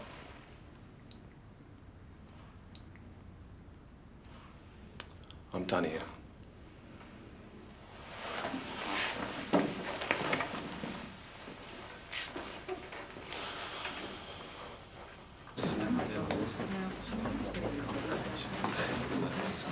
OK, everybody, listen up.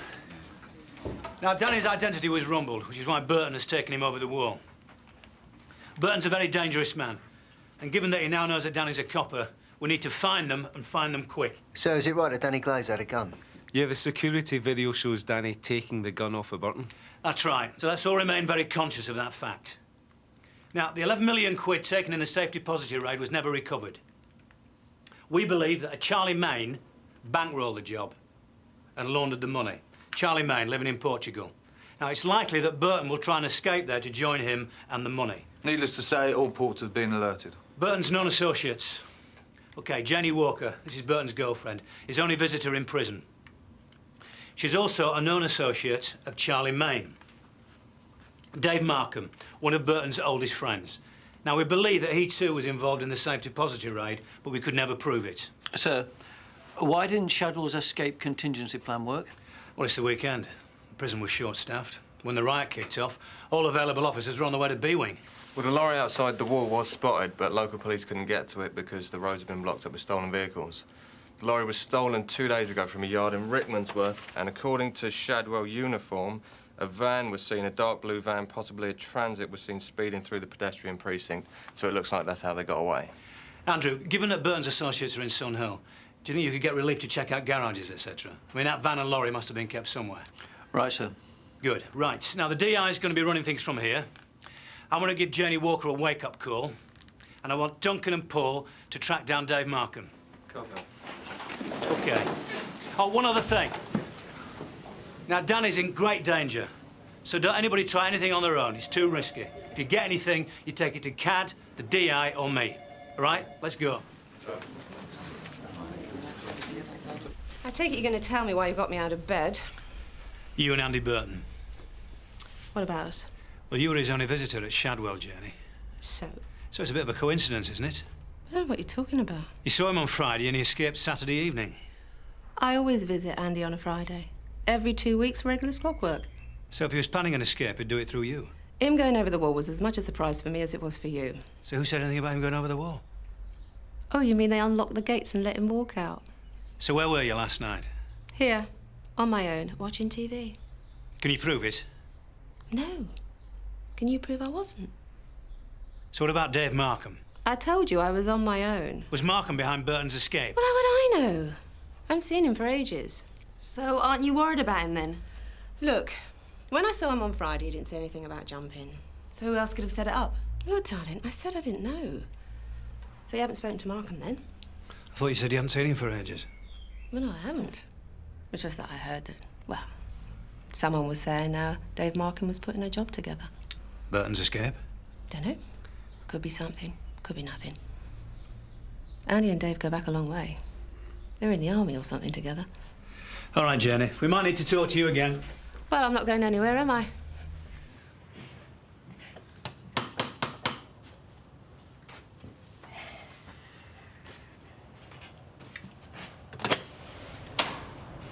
Mr. Markham? Yeah? Good morning. DC Lennox, DC Riley Sunhill. It's all right if we come in? Feel free. Cheers.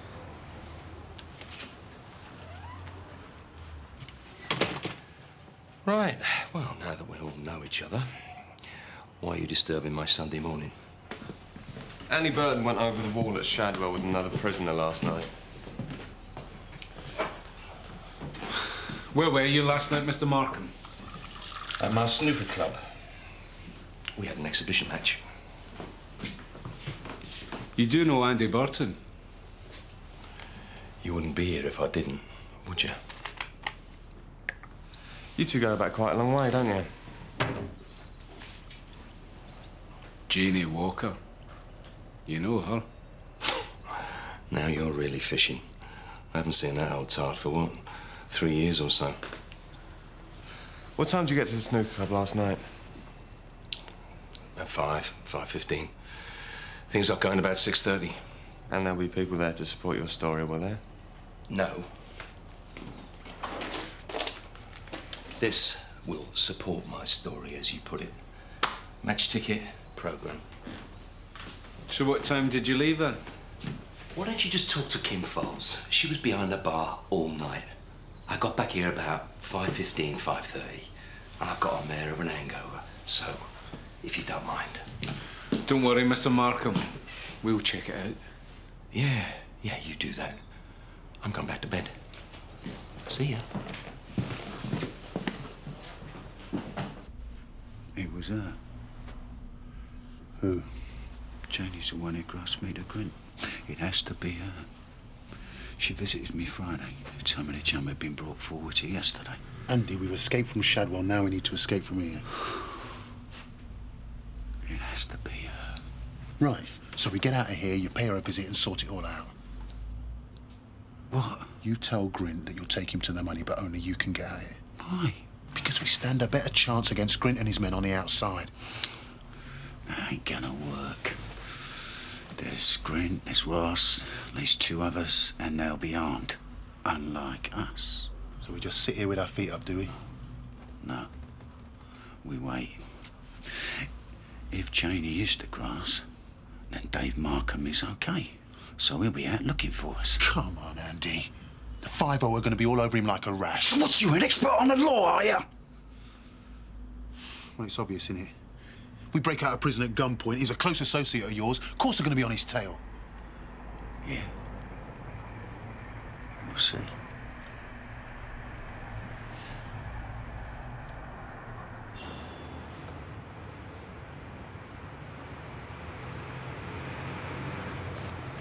You've been here longer than me, Dunk.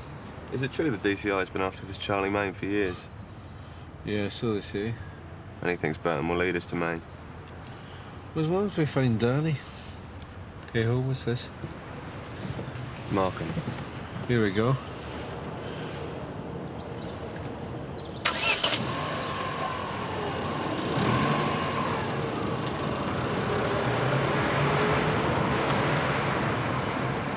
Go ahead, Paul. Yeah, Markham's left his flat, Gov. He's driving a grey Peugeot, registration Kilo 28 Delta Charlie Yankee. He's going down Ballina Road towards Harlow Street. Received, Paul. Keep on his tail.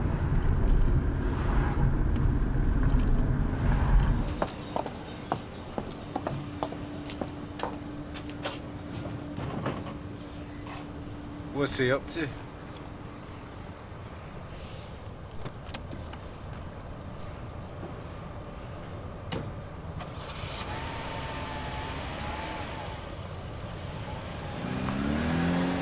You follow him. I'm going to check this place out.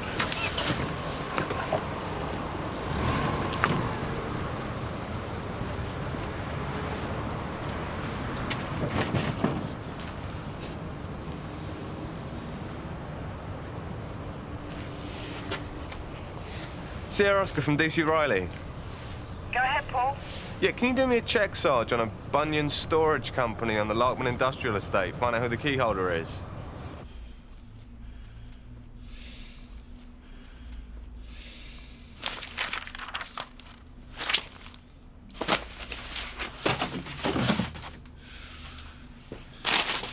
We're going to have to blag our way out. I told you, there's too many of them. Oh, I get it. You're only a hard man when you've got heavies like FA behind you. Well, you got a gun. Do you think I ain't got the juice? Oh, have you? The last job I did, some secretary was going for the alarm. I had to put her down, didn't I?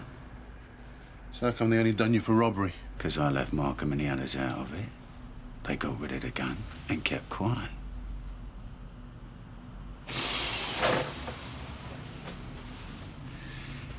You see, Danny boy, the thing about being hard is knowing when to use it and who to use. Need a leak! I like you, Danny. I'll know who you are, and I'll know how to use you.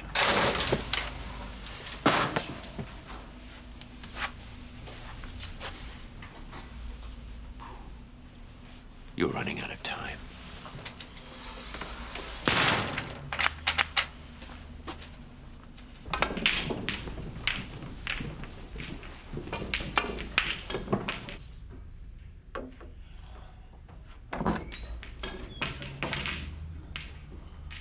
I've got nothing to add to what I said earlier.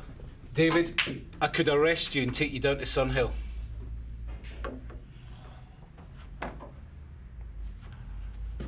For what? You ain't got nothing. No? Then why don't you tell us about Bunyan Storage Company and Paul Grint? I said, I got nothing else to say. Dave, you might have planned the escape, but you haven't actually done anything yet. So if you help us, then we could talk to the CPS. Get them to leave you out of all charges.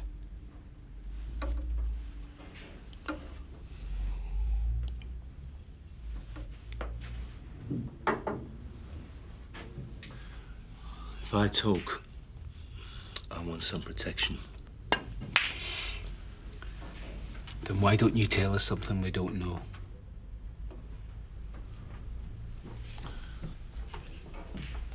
Burton's jump was all set for next Tuesday, not yesterday.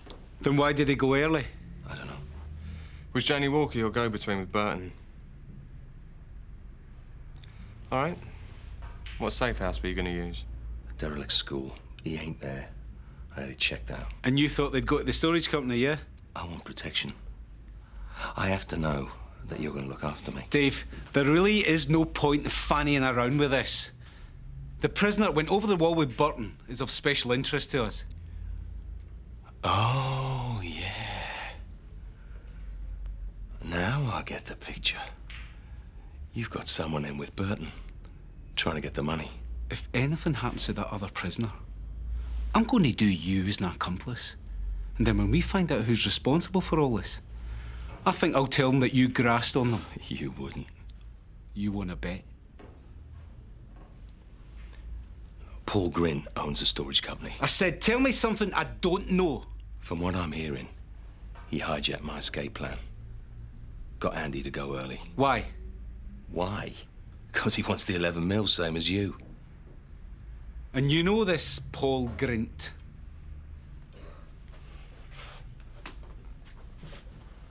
Me, Burton and Grint were mercenaries in Africa a few years ago. Grint's a psychopath. Killed and maimed people just for fun. Well, he works abroad a lot, uses the storage company as a front. Anyway, the word is now he's back. He sees Burton's money as a nice little pension. So who told Grint about the escape? Doesn't matter, does it? See, the thing is, Grint wants Burton for the money. He don't need no passenger. So my guess is, if your guy ain't dead already, he soon will be.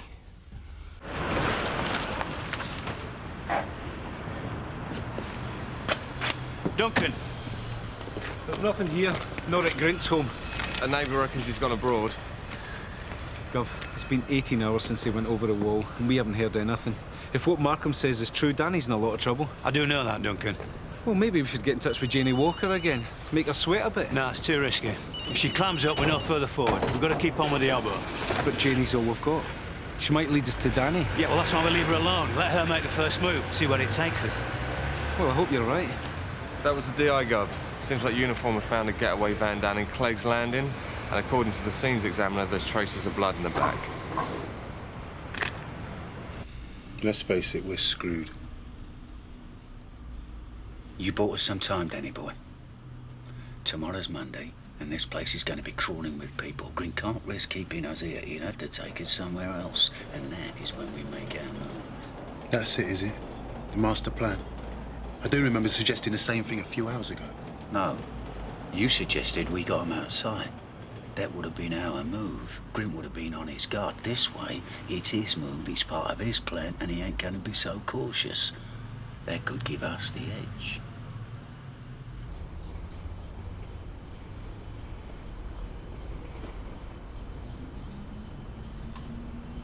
Dave, we're on. Sierra Oscar from 340. Go ahead, Dave. Yeah, we're following Janie Walker in a black polo, registration Tango 208, Juliet Echo Papa, Malham Street into Rudkin Road. Over. Received, Dave. We'll inform CID.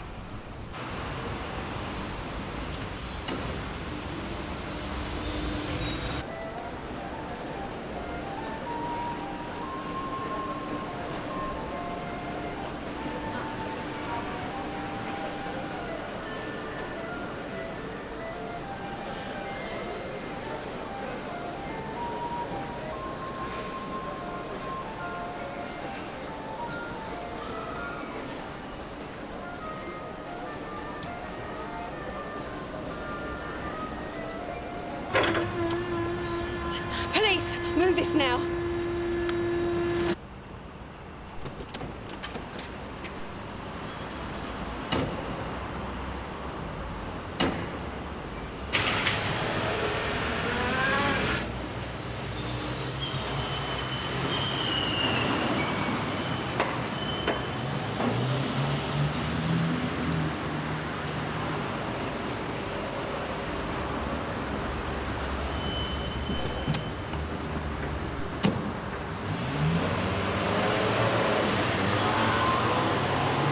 Sierra Oscar from 340. Yeah, it looks like Janie Walker's been abducted. Two men in a silver Saab. Registration X-ray 581 Charlie Charlie Yankee. We're following them.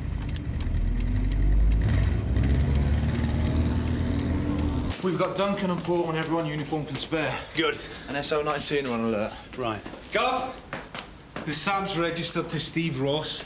He's got previous for robbery and assault, and his last known address is Bunyan Storage Company. Right, Alex. Let's get everyone on standby.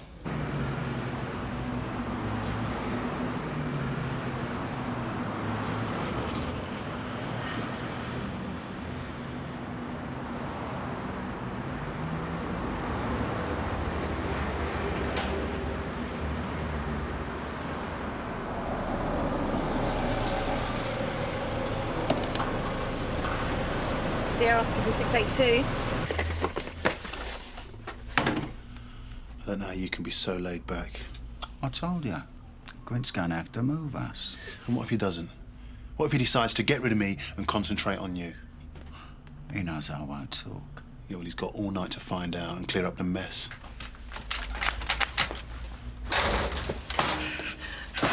You cow! I couldn't. I'm sorry, Auntie. Sorry? You sold me out! No! It wasn't me. It was Dave Markham. Markham? He came round Friday morning, told me to tell you the jump was on Saturday. And he's the one who's going to rescue us. Shut it, you. I've had enough of this. You tell me where the money is, or I kill her. Nice and slow. And you get to watch. Don't let him have me, Auntie. Please! Hold up. Look, I was making some progress here. This wasn't part of our deal. Deal? What deal? If your friend here got you to give up the money, I was going to let him go. It's your call, Andy. All right. I'll give you the money, and then you let me and her go, and you can do what you like with this piece of crap. Sounds reasonable. Where's the money? It's in the office. Don't mess me about. Not when I've got hold of Janie. It's there. You just gotta know where to look. Won't take long.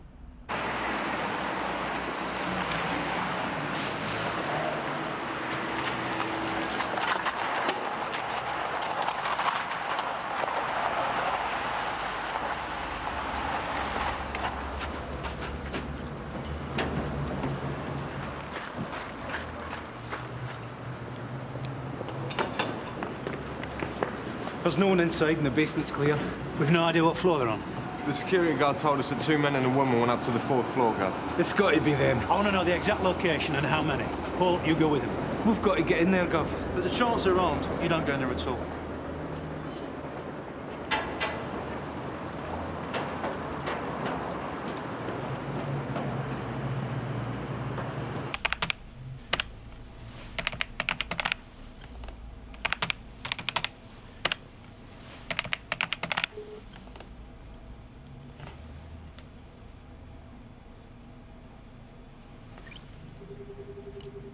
What is it?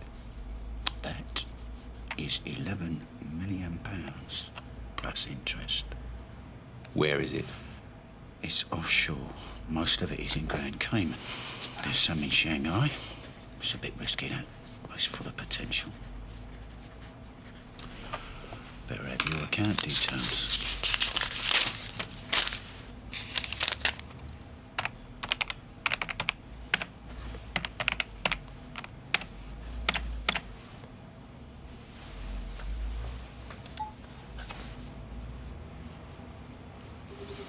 Where's it gone? It's all right, don't panic, it's just moving it around. Moving? Where? The system has to accept your data and recognise my instructions.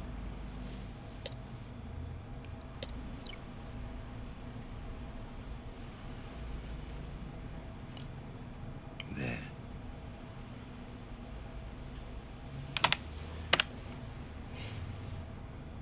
Now it's all in your account. Now,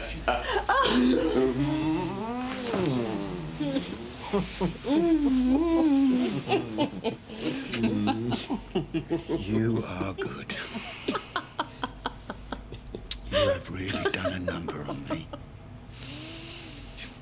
All those years, Andy.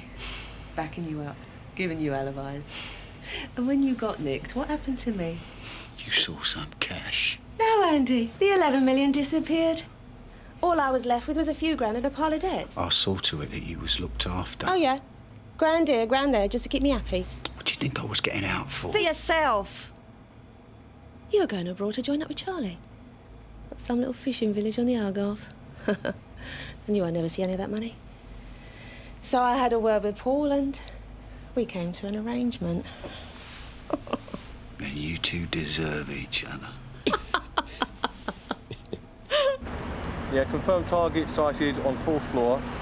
No sign of DC Glaze or of Ross, over.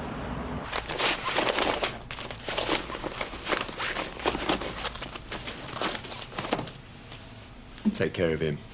Hang on with Burton till I check the money's there. We had a deal, Grint. That's all right, Andy. They'll make it quick for you. Yeah, go ahead, Paul. Yeah, Gov, looks like Grint and Jamie are on the move. Any sign of Danny? No, Gov. Gov. Lifts.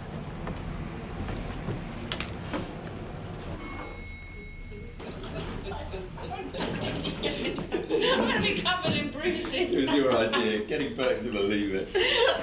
Come here. On police station! Lie down! On the floor! No! On the floor! Spread your arms! Spread your legs! Look away! Look away! You too, Janie.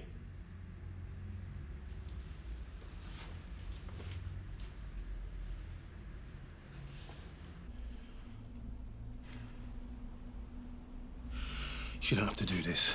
I'll take this one down the van. You keep an eye on Burton. Look, Grint's got what he wanted. You could let me go. Look, I'm an escaped con. It's not like I'm going to go to the law, is it? Come on, Ross. Please. Please, come on. Police, with the dog! Rob the gun! Grab him, Ross! He's a chopper!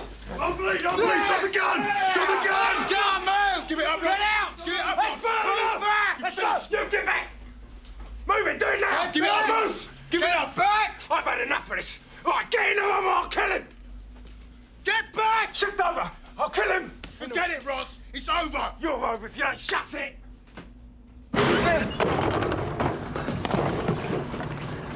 You are going to call your men off and we are going to walk away. Nice and easy and no one gets hurt.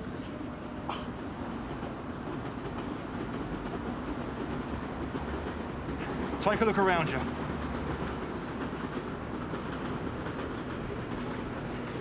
You back off! Oh, he's a dead man! DCI Meadows from DC Riley. Go ahead, Paul. Yeah, I can't see a lot, Gov, but Ross and Burton have got Danny out in the fire escape.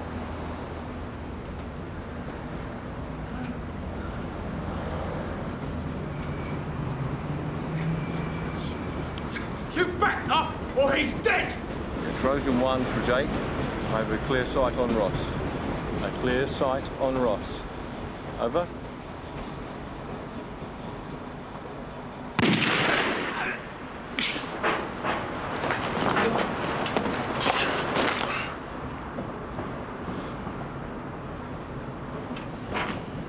Don't shoot! Don't shoot! Don't shoot!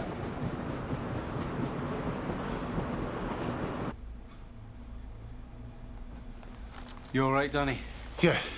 Yeah, thanks, Doug. There's the money on that screen. Burton transferred it into Grint's account. That's what 11 million quid looks like these days. Account discontinued. What does that mean? Where's the money?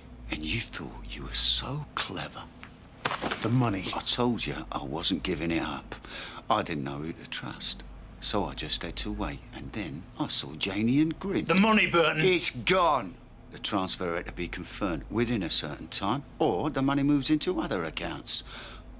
I put the money into Grint's account, but I didn't confirm it, and now it's all gone. Do you want to laugh? It will have cleared out Grint's account as well. Well, we can track it. No, you can't. The program erases itself as it moves along. You ain't never gonna find that money. Did you find out about Burton's partners?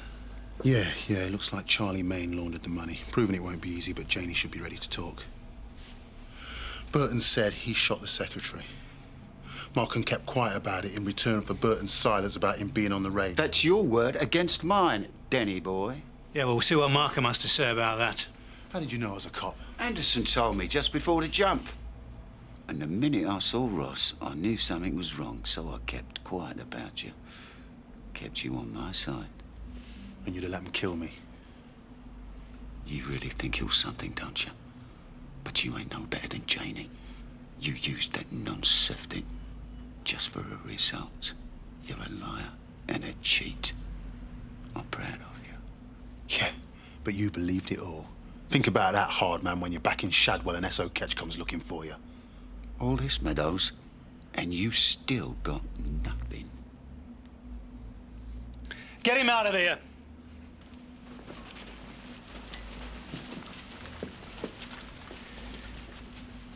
Come on, darling.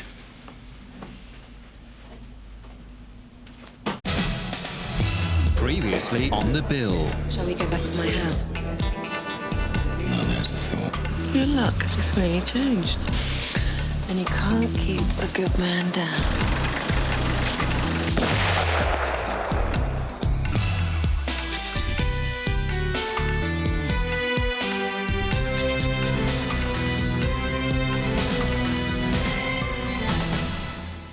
I'll have a word if we get a chance, all right? But it's their case, not ours. It's been months now. We're talking about murder. He was shot down in the street right in front of our eyes. Like I said, Debbie, I'll have a word. And it's not as if we don't even know who did it. What is the hold-up? I can't see. I'll take a chance, yeah? Right, nothing's coming down the other way. No, go on, you're all right. That's clever.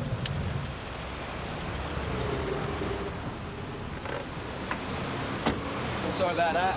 Just going. No, you're not. As well as causing an obstruction, you've left the vehicle with the engine running, which is also an offence. Oi!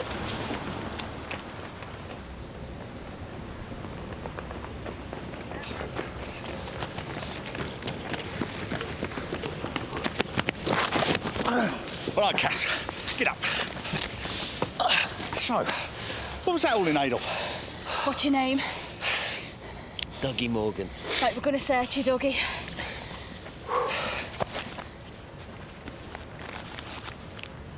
What's in here? Dunno, I found it. Where?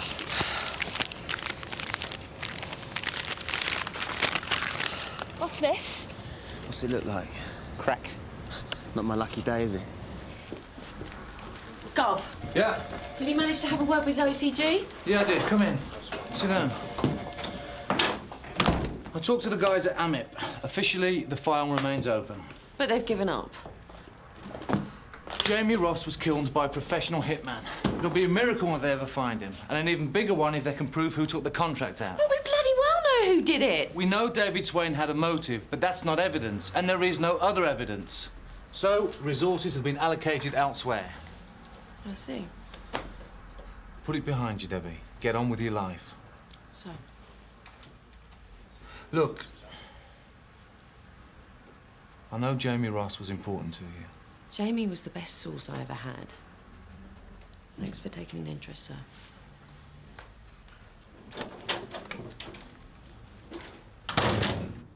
We believe the substances we found on you to be controlled drugs.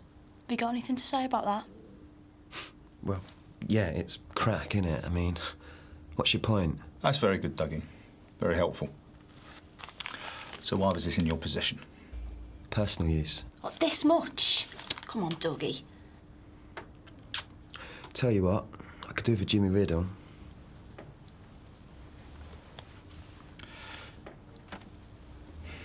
Interview terminated. 12:10. So have you got something you want to say off the record? Yeah, I'd like to speak to someone from CID. I think I might be able to give him a bit of help. Ah, Mr. Monroe, is that about the quiz? No. I thought it might have been the list for the finals. Well, you're wrong, Reg. Sir, when will you be putting up the list for the finals? When they've been selected, all right? Absolutely. Dougie. DS McAllister, DC Spears. Thanks, Tone. So, what have you got for us then, Dougie? Off the record? I could do being out on bail, you know. You know the form. If you help us, we can talk to the custody officer. It's obvious what I'm into, innit? I mean, I drive around with the gear. When my mate's got a punter, he gives me a corner Moby, and I'm there with it. I'm putting my hands up to that. Yeah, well, all that's been taken care of. What are you offering me? I'm just like street level, really. But I do know a thing or two about serious players. Who are we talking about here, Dougie? How about David Swain? What are you doing? Oh, training. Hey. Well, for the quiz, you know. How is the team list up? Am I in it?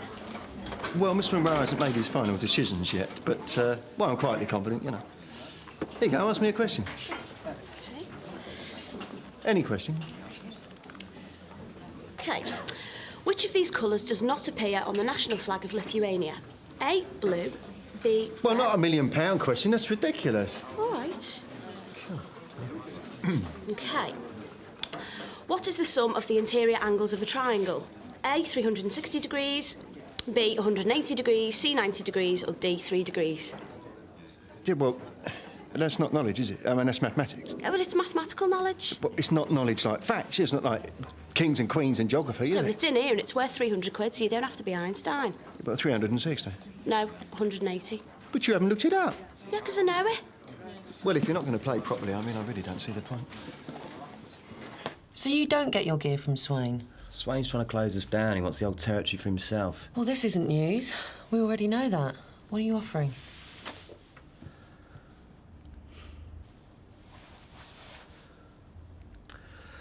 I knock out some coke to this girl, right? She sells it onto her mates.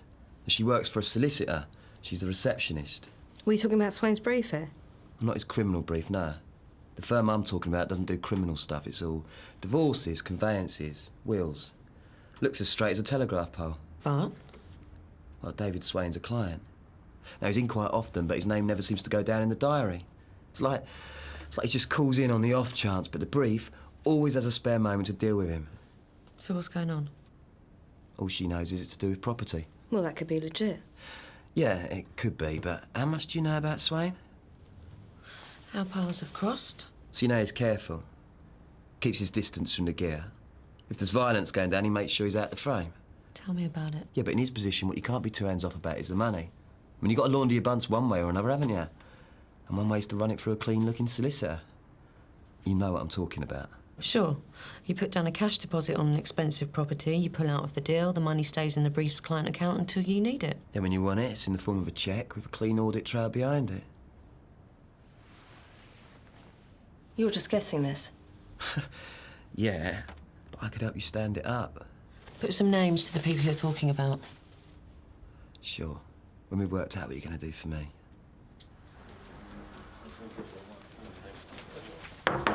Yeah?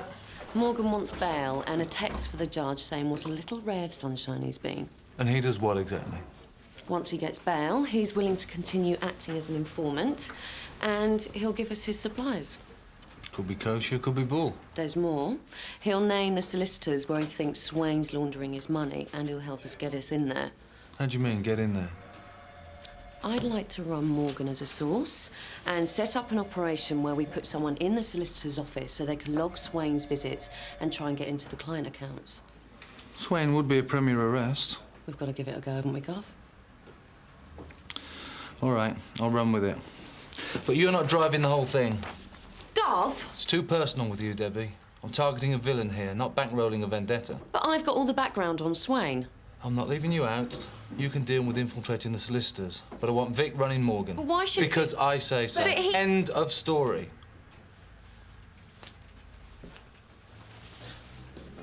I thought I'd have that woman sergeant handling me. I'm sure you did, Dougie. But trust me, you're better off with me. Taste of freedom. Well, enjoy it while it lasts. Here she comes. Right, Shell. This is my old mate, Vic. Shelley. As in the poet, eh? Sorry? Forget it. Good to meet you, Shelley. Don't worry about Vic, Shell. He's in the business. All right. So, what can we do you for? The usual. Yeah? You in the market for anything else at all? No, just a coat, Doug. Okay. Cash up front then, yeah?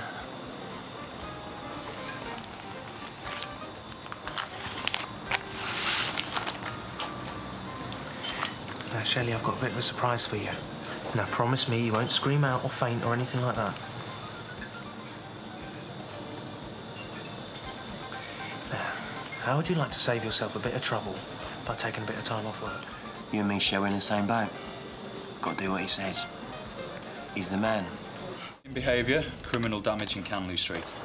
Who was the King of England at the time of the American War of Independence? A. George I, B. George II, C. George III, or D. George IV? Name? George III. What? Huh? Well, that's the answer. Look, you are about to be taken into police custody. I suggest you start taking this seriously. Now, what is your name, please? Nigel, miss. You only had to ask. So I have to tell Mr. Fulbright I've been called away suddenly? Yeah, tell him you've got a sick relative or whatever. And say that you're very sorry for dropping him in it, but luckily you've got this friend who'll step in for you. What friend? Don't worry about that. We'll sort one for you. Just say yes, Shell. That's how it is. You really want to pop at Swain, don't you, Sarge? It's long overdue. Yeah, but it's personal. It's professional, actually. Yeah, but I thought you... I want to get on in this job just as much as you do, Kate. Only I think pulling drug barons is a far better bet than giving one to the superintendent. There's no need for that, Sarge. Everyone's different, Kate. Let's leave it at that, shall we? Debbie, Kate, David Swain, Martin Fulbright, solicitor. Right, we've put the frighteners on Fulbright's receptionist, which means we can create a temporary vacancy. The question is, how do we fill it? What about SO10? Well, they're not going to have a suitable undercover operator sitting by the phone waiting for a job. So if we want them involved, we could have a long wait. Does it need an undercover specialist? Not really. I mean, we don't need anyone who's got a pass as a villain or, in fact, to deal with villains. It's just a bit of temping and some snooping about. Well, I'm up for it. It's worth thinking about. Well, Gov, to be honest, if I was in Fulbright's position, needed someone to front up the office, someone like Kate would be ideal. What do you think, Debbie? Yeah, why not? Let's put Kate in. After all, it's not rocket science, is it? Yes. We're in. Sorted.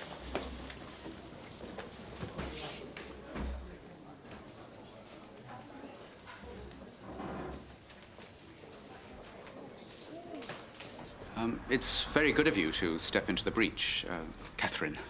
It's Kate, Mr. Fulbright. Everybody calls me Kate. Yes, well, this is basically your domain, the front office. It's nice. Light and cheerful, very welcoming. Reception and switchboard are your core functions, plus a bit of typing is necessary. I hope you're aware of that. Oh, that's fine. Girl Friday, that suits me. Filing, anything. Oh, filing's taken care of. What I would impress upon you is that you are in the front line when it comes to enforcing responsible use of the photocopier.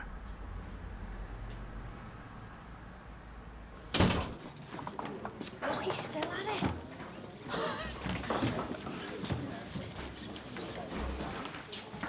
Right, Rich. I've got one for you. What's that? Quiz question. Oh, go on then. What's brown and sounds like a bell? Give in. Dung. Good at it. Well, I'm glad you think it's a laughing matter. What do you mean? I'm out of the team for the finals. Oh, sorry, Rich. Still, never mind. No bones broken. Well, yeah, but I feel as if I've earned my place. I mean, all those cold nights in suburban social clubs when I couldn't have been at home spending quality time with my good lady, Ellen. Boring for England. Yeah, well, and this is my reward. I mean, I've even invested in a new set of colour-coordinated smart casual leisure wear. Lovely. To play in a quiz? No, to enjoy the prize. How do you mean? Well, the winning team gets a weekend activity break in a country hotel. Yeah, 5-star accommodation and facilities, all included. I see. So you're upset because you've been blown out of a chance of a jolly. Sorry, mate, I didn't realise. Yeah, well, if they think they've seen the last of Reg Hollis, they've got another thing coming.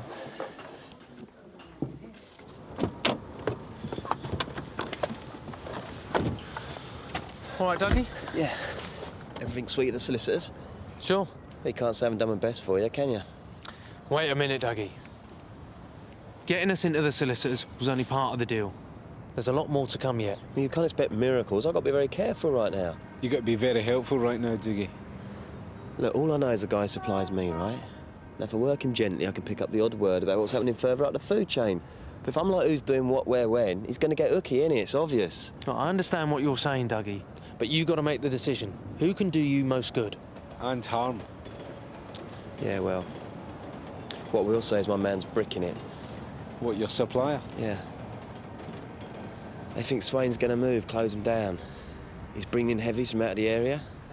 What for exactly? Take the rival dealers off the streets? No, I think they tried that before it went bent on him. Well? I don't know, something higher up the line, something a bit more decisive.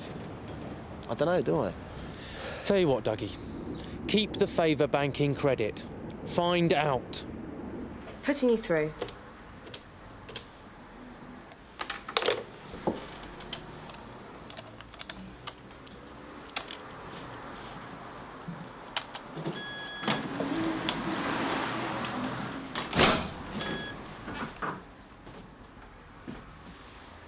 Good afternoon. How may I help you? Sounds like you're the one that needs the help. Oh, no problem. Just getting used to the software here. You're a new feature around here, aren't you? I just started. Temporary receptionist. Only temporary. Now, that's a shame. So, what do they call you? Kate Spears. Mr... Swain. David. Swain. For Martin Fulbright. Do you have an appointment, Mr. Swain? No, I just popped in on the off chance. Right. I think Mr. Fulbright wasn't a call, but he's finished now. Please take a seat. Mr. Fulbright, I have a Mr. David Swain in reception. Doesn't have an appointment. Right, thank you. He'll be right out. No rush, Kate. None at all. Ah, David. Good to see you, Martin. Let's get some lunch. Yeah. I'll be out for an hour and a half. Anything really urgent, you can get me on the mobile. Right, Mr. Fulbright. Goodbye, Mr. Swain. I'll be seeing you, Kate. Your temp, Martin. Yes? You want to see if you can't make her permanent?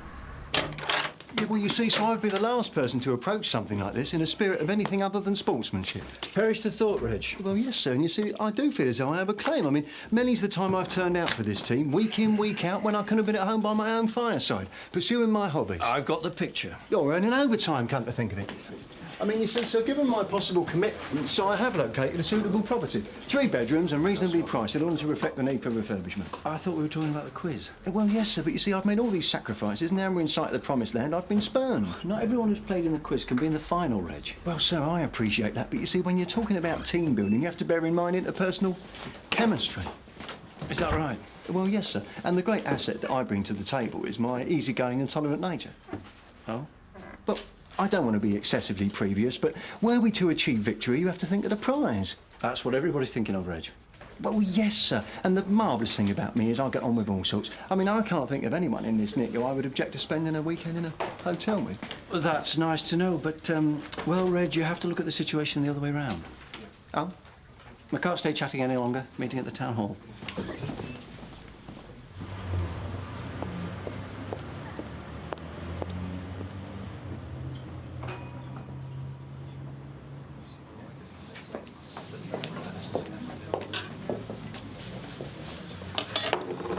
How's it going? Swain surfaced. He came into the office today. Excellent. So? He and Fulbright went out to lunch. They definitely go back a bit, but they won't talk any business around me. Did Swain react to you at all? Look, Kate, David Swain is a serious criminal. Now, if there's any suspicions at all... There's no problem. It's all perfectly normal. You know, boys will be boys. All right, well, don't take any chances. Your security is our top priority. Back to the objectives of the operation. Sarge, I can't get into the client records through the computer. What about the manual files? Yeah, it won't let me near the filing. I'd have to be really careful to sneak round there. All right. Well, look, you're the officer on the spot. It's your call. But remember, the meter's running. I'm running late. Oh, blast!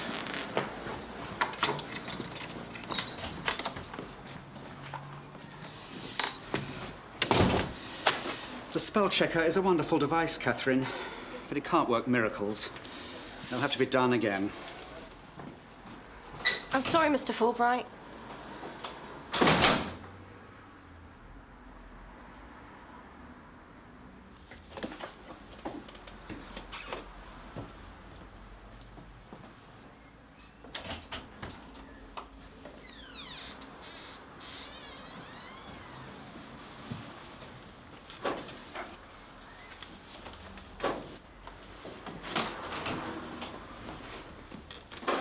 Constipated little git. Mr. Swain. Hello, Kate. Had an anxious moment there. I thought you'd moved on to pastures new. Oh, no. Still at the grindstone. I'm afraid you've missed Mr. Fulbright. He's just left for a meeting. I didn't want to see him. I was passing and I thought I really badly need to get to know that girl in Martin's office. So I thought I'd better go in and ask her out. Well, I don't think it's really... I'm not sure it'd be appropriate. I've never let that bother me, Kate, and neither should you. Well, I'm not sure Mr. Fulbright would want his staff socialising with clients. You're a temp, Kate. Why should you worry? Now, what I'm not really hearing is the killer response. I mean, all you got to say is, no, I don't want to. And I'm off your case. Well, if you're looking for an answer here and now, it's going to be no. Because to be quite honest, Mr. Swain, I don't like being hassled. All right. I'll wait for a better answer. But be kind, Kate. Don't take forever.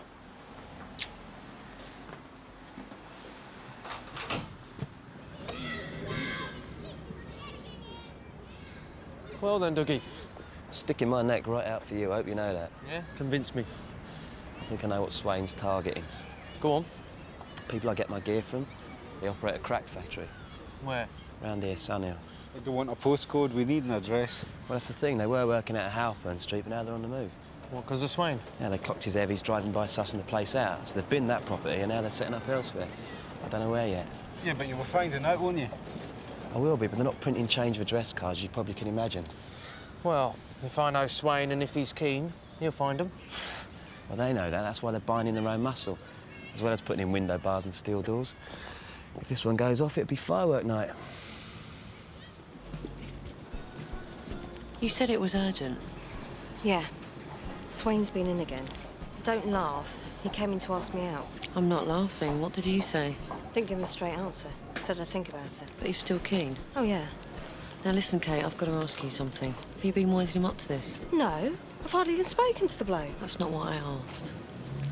I mean, have you been coming on to him, giving him the eye? No. I'm doing what I was told. I'm just being the receptionist, straight down the line. It's all coming from him. Well, that could be a fast-track way of getting to Swain. So shall I run with it?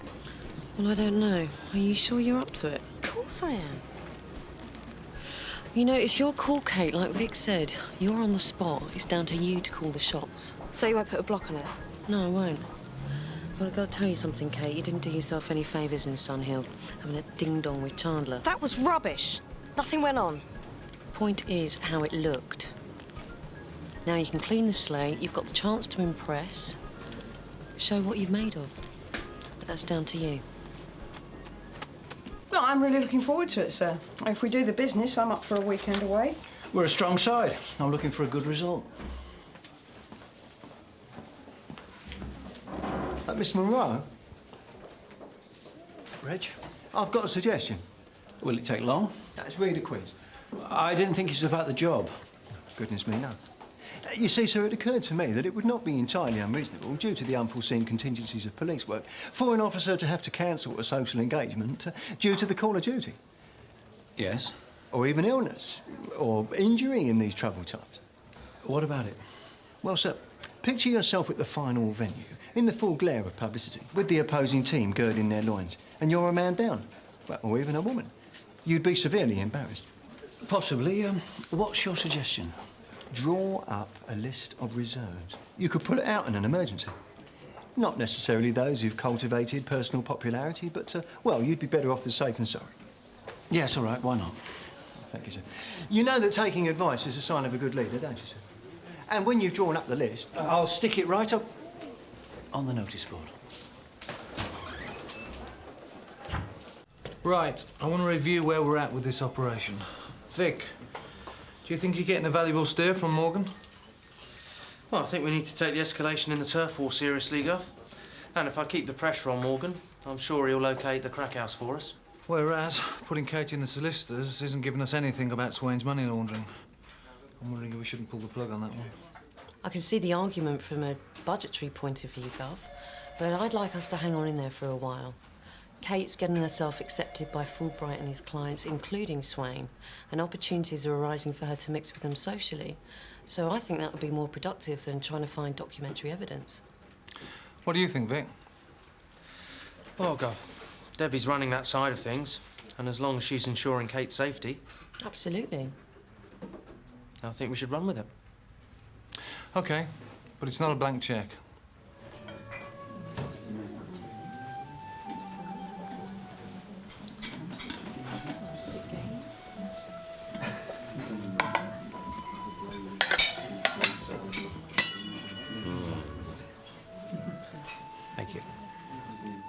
Anything wrong? No, I'm sorry. I just had this vision of him, like, whipping the lid off and there being a fish finger on the plate. That's all. Is all of this a bit old-fashioned, a bit stuffy for your taste, Kate? No, it's really nice. Oh, maybe you'd been happier clubbing. I mean, we could do that sometime. David, I'm happy here. I love good eating. I like people who indulge their appetites, Kate. It's a good sign. Of course, enjoying the good things in life has to be paid for. You must be doing really well, David. Well, let's just say I don't have to deny myself or my friends. So you must have a really top job. What is it that you do? Business. Oh, yeah. Property. Finance, bit of overseas trade. Boring, boring. Not at all. I bet you've got a really interesting life, David. Spending money's the interesting bit, Kate. In the right company. Well, I'll drink to that. Well, cheers. Cheers. People like Dougie, you need to remind them who their friends are, who they need to please.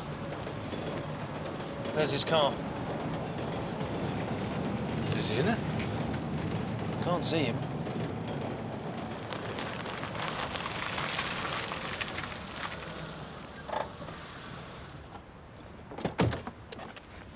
Maybe he's in the pub. Nah, too casual.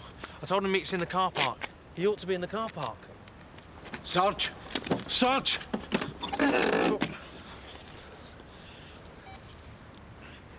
Yes, it's DS Singh. I'm in the station car park near the Olcott Arms. I need an ambulance to my location. I've got a man who's unconscious. Looks like he's been the victim of an assault. He's still breathing, he's got a pulse. So, how long have you been temping, Kate? Oh, not long, really. What did you do before? Audio typist in an insurance office. Really? I have a lot of dealings with insurers. Which company? Oh, it's just a high street brokers. They went bust. Around here? Sorry. Hello? I see. Well, can't be helped. Keep trying.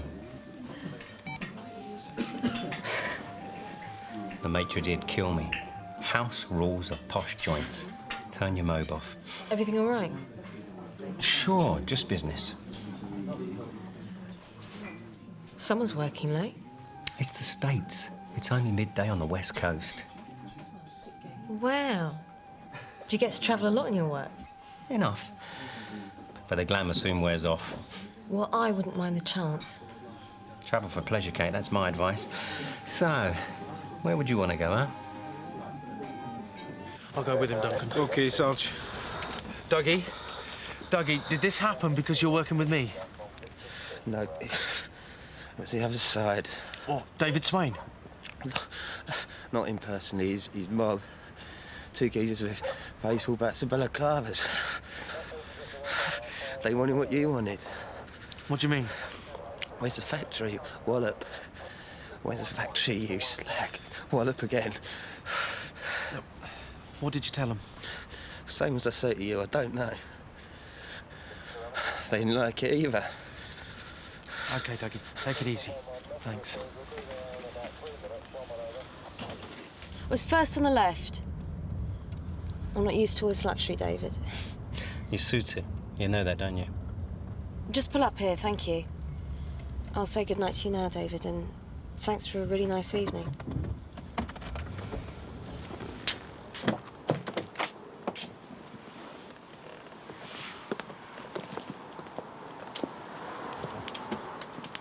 I'll see you to your door.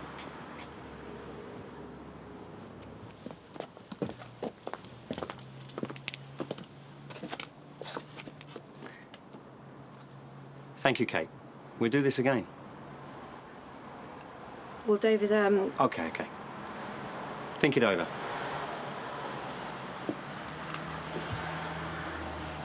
Good night, Kate.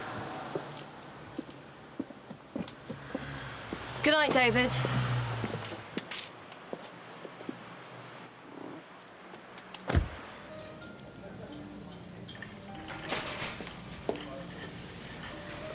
Sarge? Kate. So, still a virgin? I've got to be honest with you, Swain was the perfect gentleman, but I'm not going on a honeymoon with him now. The bastard's a murderer, among other things. Well, if you could prove that, I wouldn't be able to do all this, would I? Last night, when you were with Swain, Dougie Morgan got GBH'd in a car park. Do we know who did it? Dougie says it wasn't his supplier, so that only leaves Swain's mob. Well, I wasn't saying he was a good guy. The point is, did you get anything out of him? He's very discreet. He deflected everything I asked him about his business. And I wasn't going to press. He was in the market for a bit of arm candy, not Jeremy Paxman. Is he still keen? Oh, yeah. So if you keep seeing him, do you think you can gain his confidence? Well, I don't know. But what I do know is, if I keep seeing him, I'll be winding him up. And that's not part of the rules of engagement, is it? If you blow Swain out now, there's no reason to keep this part of the operation going. That'll be time and effort down the tubes. Nailing Swain means a lot to me, Kate. Well, I know it does, Sarge. I was there the night Jamie Ross was killed, remember? If you come up with the goods on Swain, I'll make sure you get the credit. And we don't have to tell Vic Singh or the DI about any shortcuts. What are you saying? You're a big girl, Kate. You've been round the block a few times. I'm sure you know how to string a bloke along without compromising yourself. At the end of the day, that's up to you. Sorry. There might be some forensics on Doogie's clothing. Yeah, but these guys are pros. Sarge, someone asking for you at front desk. Name of Morgan. We'll be right down. He's on his way down. All right. Taking a bit of a chance coming in here, Dougie? Not really.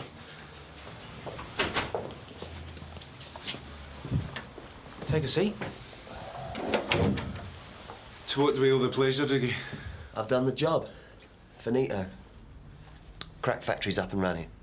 Open for business in Wyman Street, number 42. Good work. I'll tell you something else. Swain's mob are going to hit him before long, because they know where it is and all. How'd you know that? Because I told them. Two geezers with a baseball bat, so gave me a number to ring. Yeah, said I was up for the other half. I didn't get what they wanted. Well, there's limits, isn't there? Well, that's fair enough. Yeah. So I ain't taking any chances coming in here. I don't want to be let out again. You remand me in custody, all right? Don't like the look of it out there. Oh, good night, Catherine. Good night, Mr. Fulbright. See you bright and early on Monday.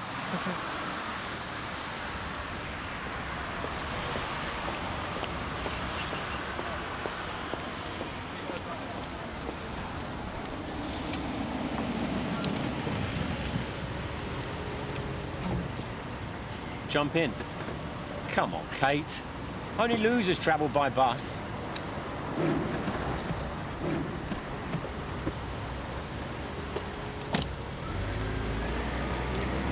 I thought to myself, a kid like Kate, full of life, why am I dragging her around to restaurants full of old farts showing off their trophy wives? I told you, David, I really enjoyed it. So I thought to myself, let's show her a good time. It's Friday night, let's hit some clubs. I don't know. Really. Already got a date? You tell him that you have got a headache. Oh, excuse me, Kate. Yeah? Well, if that's definite, let's go for it. What, tonight? 8 o'clock. All right, ring me when you're ready to roll. The thing is, David, can't go out looking like this. Can we swing by my place first? Sure. Jimmy, you know the way.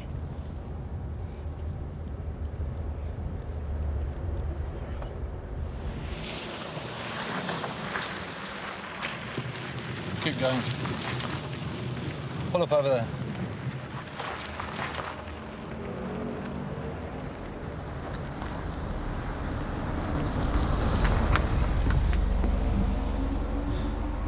Looks like they're using the ground floor, Guff. Yeah, I could call in a TSG and raid him now, but that'd just be doing Swain's job for him.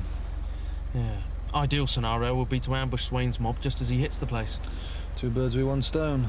But I can't have backup on the plot all night, just on the off chance.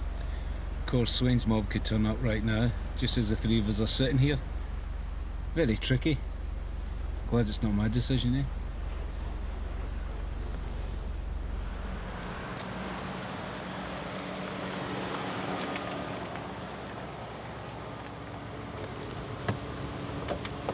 I won't be a moment, David.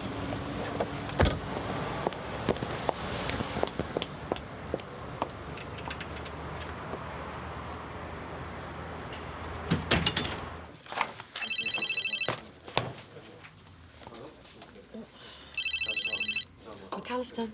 Sarge. Right, I'm off out with Swain. He's pitched up unexpectedly. Thing is, he's got something big going down tonight, possibly at 8 o'clock. He's been on the mob about it. Any other calls he makes or gets, you let me know about it, OK? OK, I'm going to pass this on up to the elbow. Hold on there, Kate.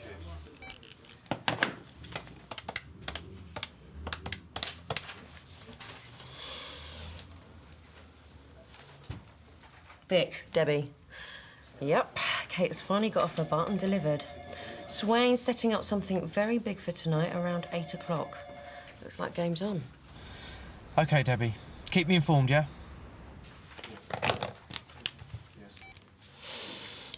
Kate? Yeah, they're gearing up to an ambush. Right, so how do you want me to play this? I mean, he's not taking me out on the expectation of a good teasing, is he? Do what you've got to do. What more do you want me to say? Right, Sarge. I get the picture. If this raid goes off, we need to tie Swain into this, so you've got one overriding objective, Kate. Do whatever it takes.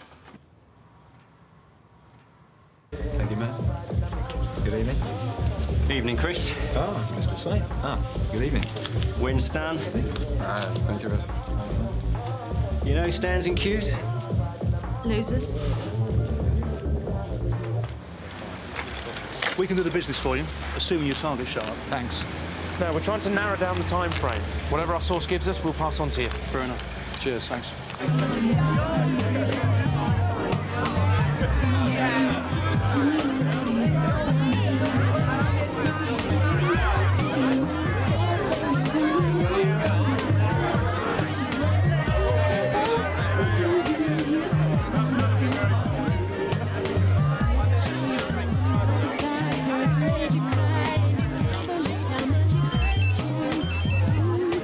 Bloody hell.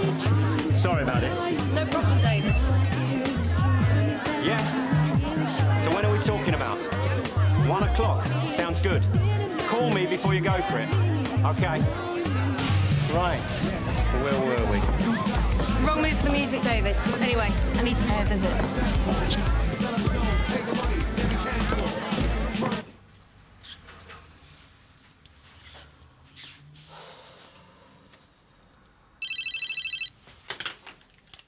Kate, what have you got? Sorry about the noise, Sarge. Swain's been flashing dosh about, glad-handing people. I think he's setting himself up with an alibi, but he's really hands-on with what's going down. He took another call, and now they're talking about 1 o'clock. But they're going to call him when they're ready to go for it. Just stick to him. You got anything definite on the firearms situation? No, but we're dealing with a turf war between drug gangs, so... Better safe than sorry. Vic, Gov, just heard.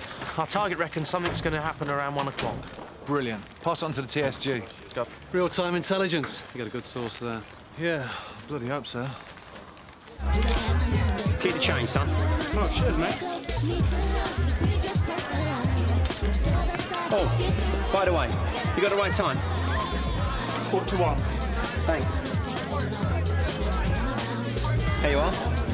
Get that down, yeah, and we'll be thinking about going.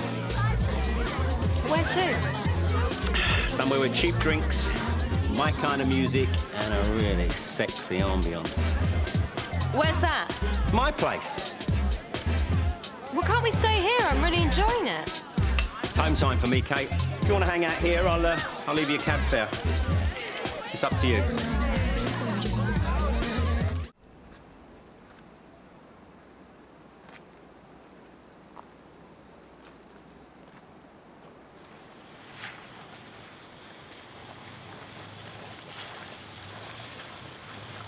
Minutes to Colin. Receiving. 2 big 4x4s. They're looking pretty full. Maybe 4 guys in each. Looks like they're sweeping the plot, man. Suspect vehicles on the plot. All units stand by. You live a long way out, David? Huh? Oh, yeah. Well, I like to keep well clear of scum.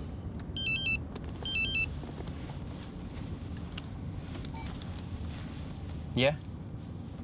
Go for it. Torture joint. Yeah. And give me a bell when it's all over. You shouldn't have heard that, Kate. What?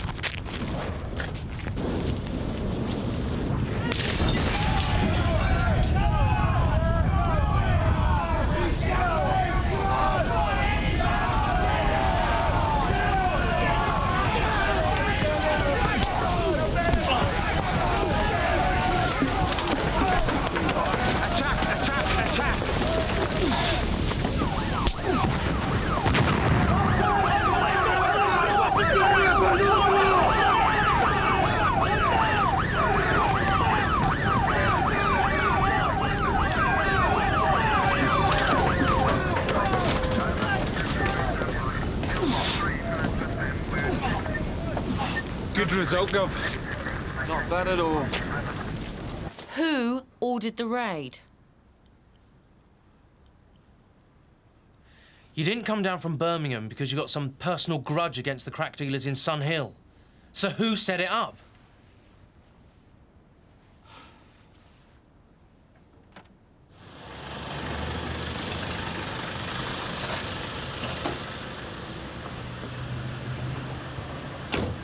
Take the change. Oh, cheers, love.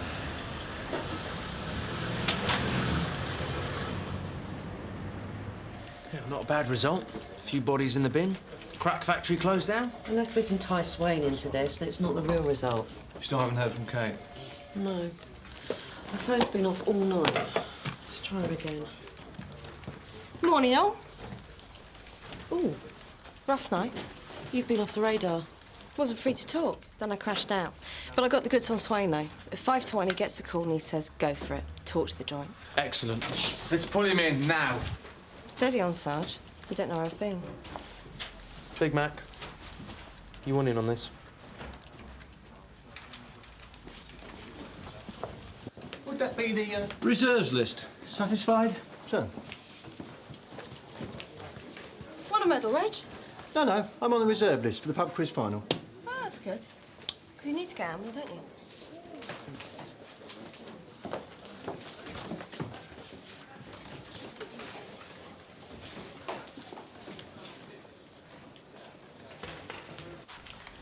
We should go for a drink sometime, you and I. Let our hair down and talk about the plonkers in this place. Yeah, why not? You've got to be a tightrope walker in this job. And you and I have got the instinct for it. How did it go with the CPS, Gov? It went down the pan. They're dropping the case against Swain. My office, the Perrier. What about Kate's evidence? Kate's evidence was slung out. Why, Gov? The defence asked for disclosure of our case. When they got it, they said your evidence was improperly obtained. Oh, that's crap. They say you enticed Swain into a sexual relationship, which makes the evidence inadmissible. What about the defence? What did they have? They say she went out with him more than once, and they have witnesses who saw her draped all over him in public. We were dancing together. His hands wandered. What was I supposed to do? Arrest him? And at the time you claim to have witnessed a phone call, they say you were giving him sexual favours in the back of his car. No. They also have witnesses who say you spent the night with him. Tell me this is bollocks. I did go back to his house. You stupid. Well, you told me to stick with him, to get the evidence. Debbie, did you sanction any of this? Absolutely not, sir. I told Kate to use her discretion if she was to mix with Swain socially, but on no account compromise herself or the evidence. And my contemporaneous notes from our briefing sessions will back that up. So, what happened according to you? I was with Swain in his car when the call came through. But nothing improper took place. Then we went back to his house. He was waiting on another call. To say the raid had gone off all right, but that didn't happen. No, it didn't. Swain was really wound up about it, so he stayed up to wait for that call.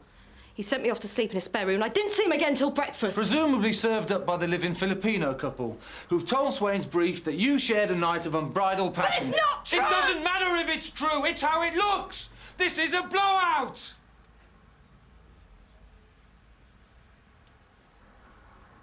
Thank you, Debbie. I'd like a word with Kate now, please.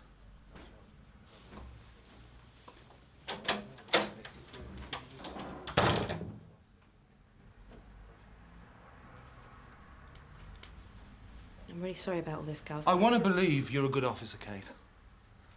But there are ways of behaving, or appearing to behave, that can be very disruptive in a small team of people. If you're referring to the stories about my personal... Oh, I wouldn't dream of it. Not in this day and age. Well, you'd have the job up in court for compensation. All I can do is to encourage a bit of self-examination. Enough said? Yes, Gov.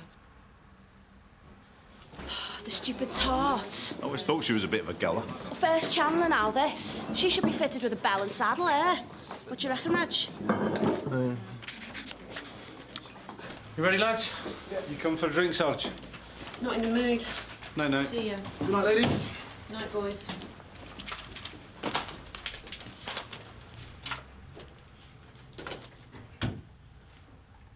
This is so unfair. What's your problem? I was doing a good job. I did what you wanted, what you told me. I never told you to compromise yourself or the evidence. You said stick with him. Do whatever it takes. I left it to you. I thought you knew where to draw the line. I didn't go over the line. Nothing serious happened between me and Swain, I swear it. Frankly, Kate, I don't give a monkey's whether you screwed Swain. The point is, you screwed up. And I'm not carrying the can for it. I don't see why I'm getting all this grief. You got away with it. What? Oh, come on, you and Jamie Ross were well at it. And he wasn't just a snout, he was a villain as well. Don't you talk to me about grief. You don't know the meaning of the word. I'm not taking that from you. And don't start getting your hanky out.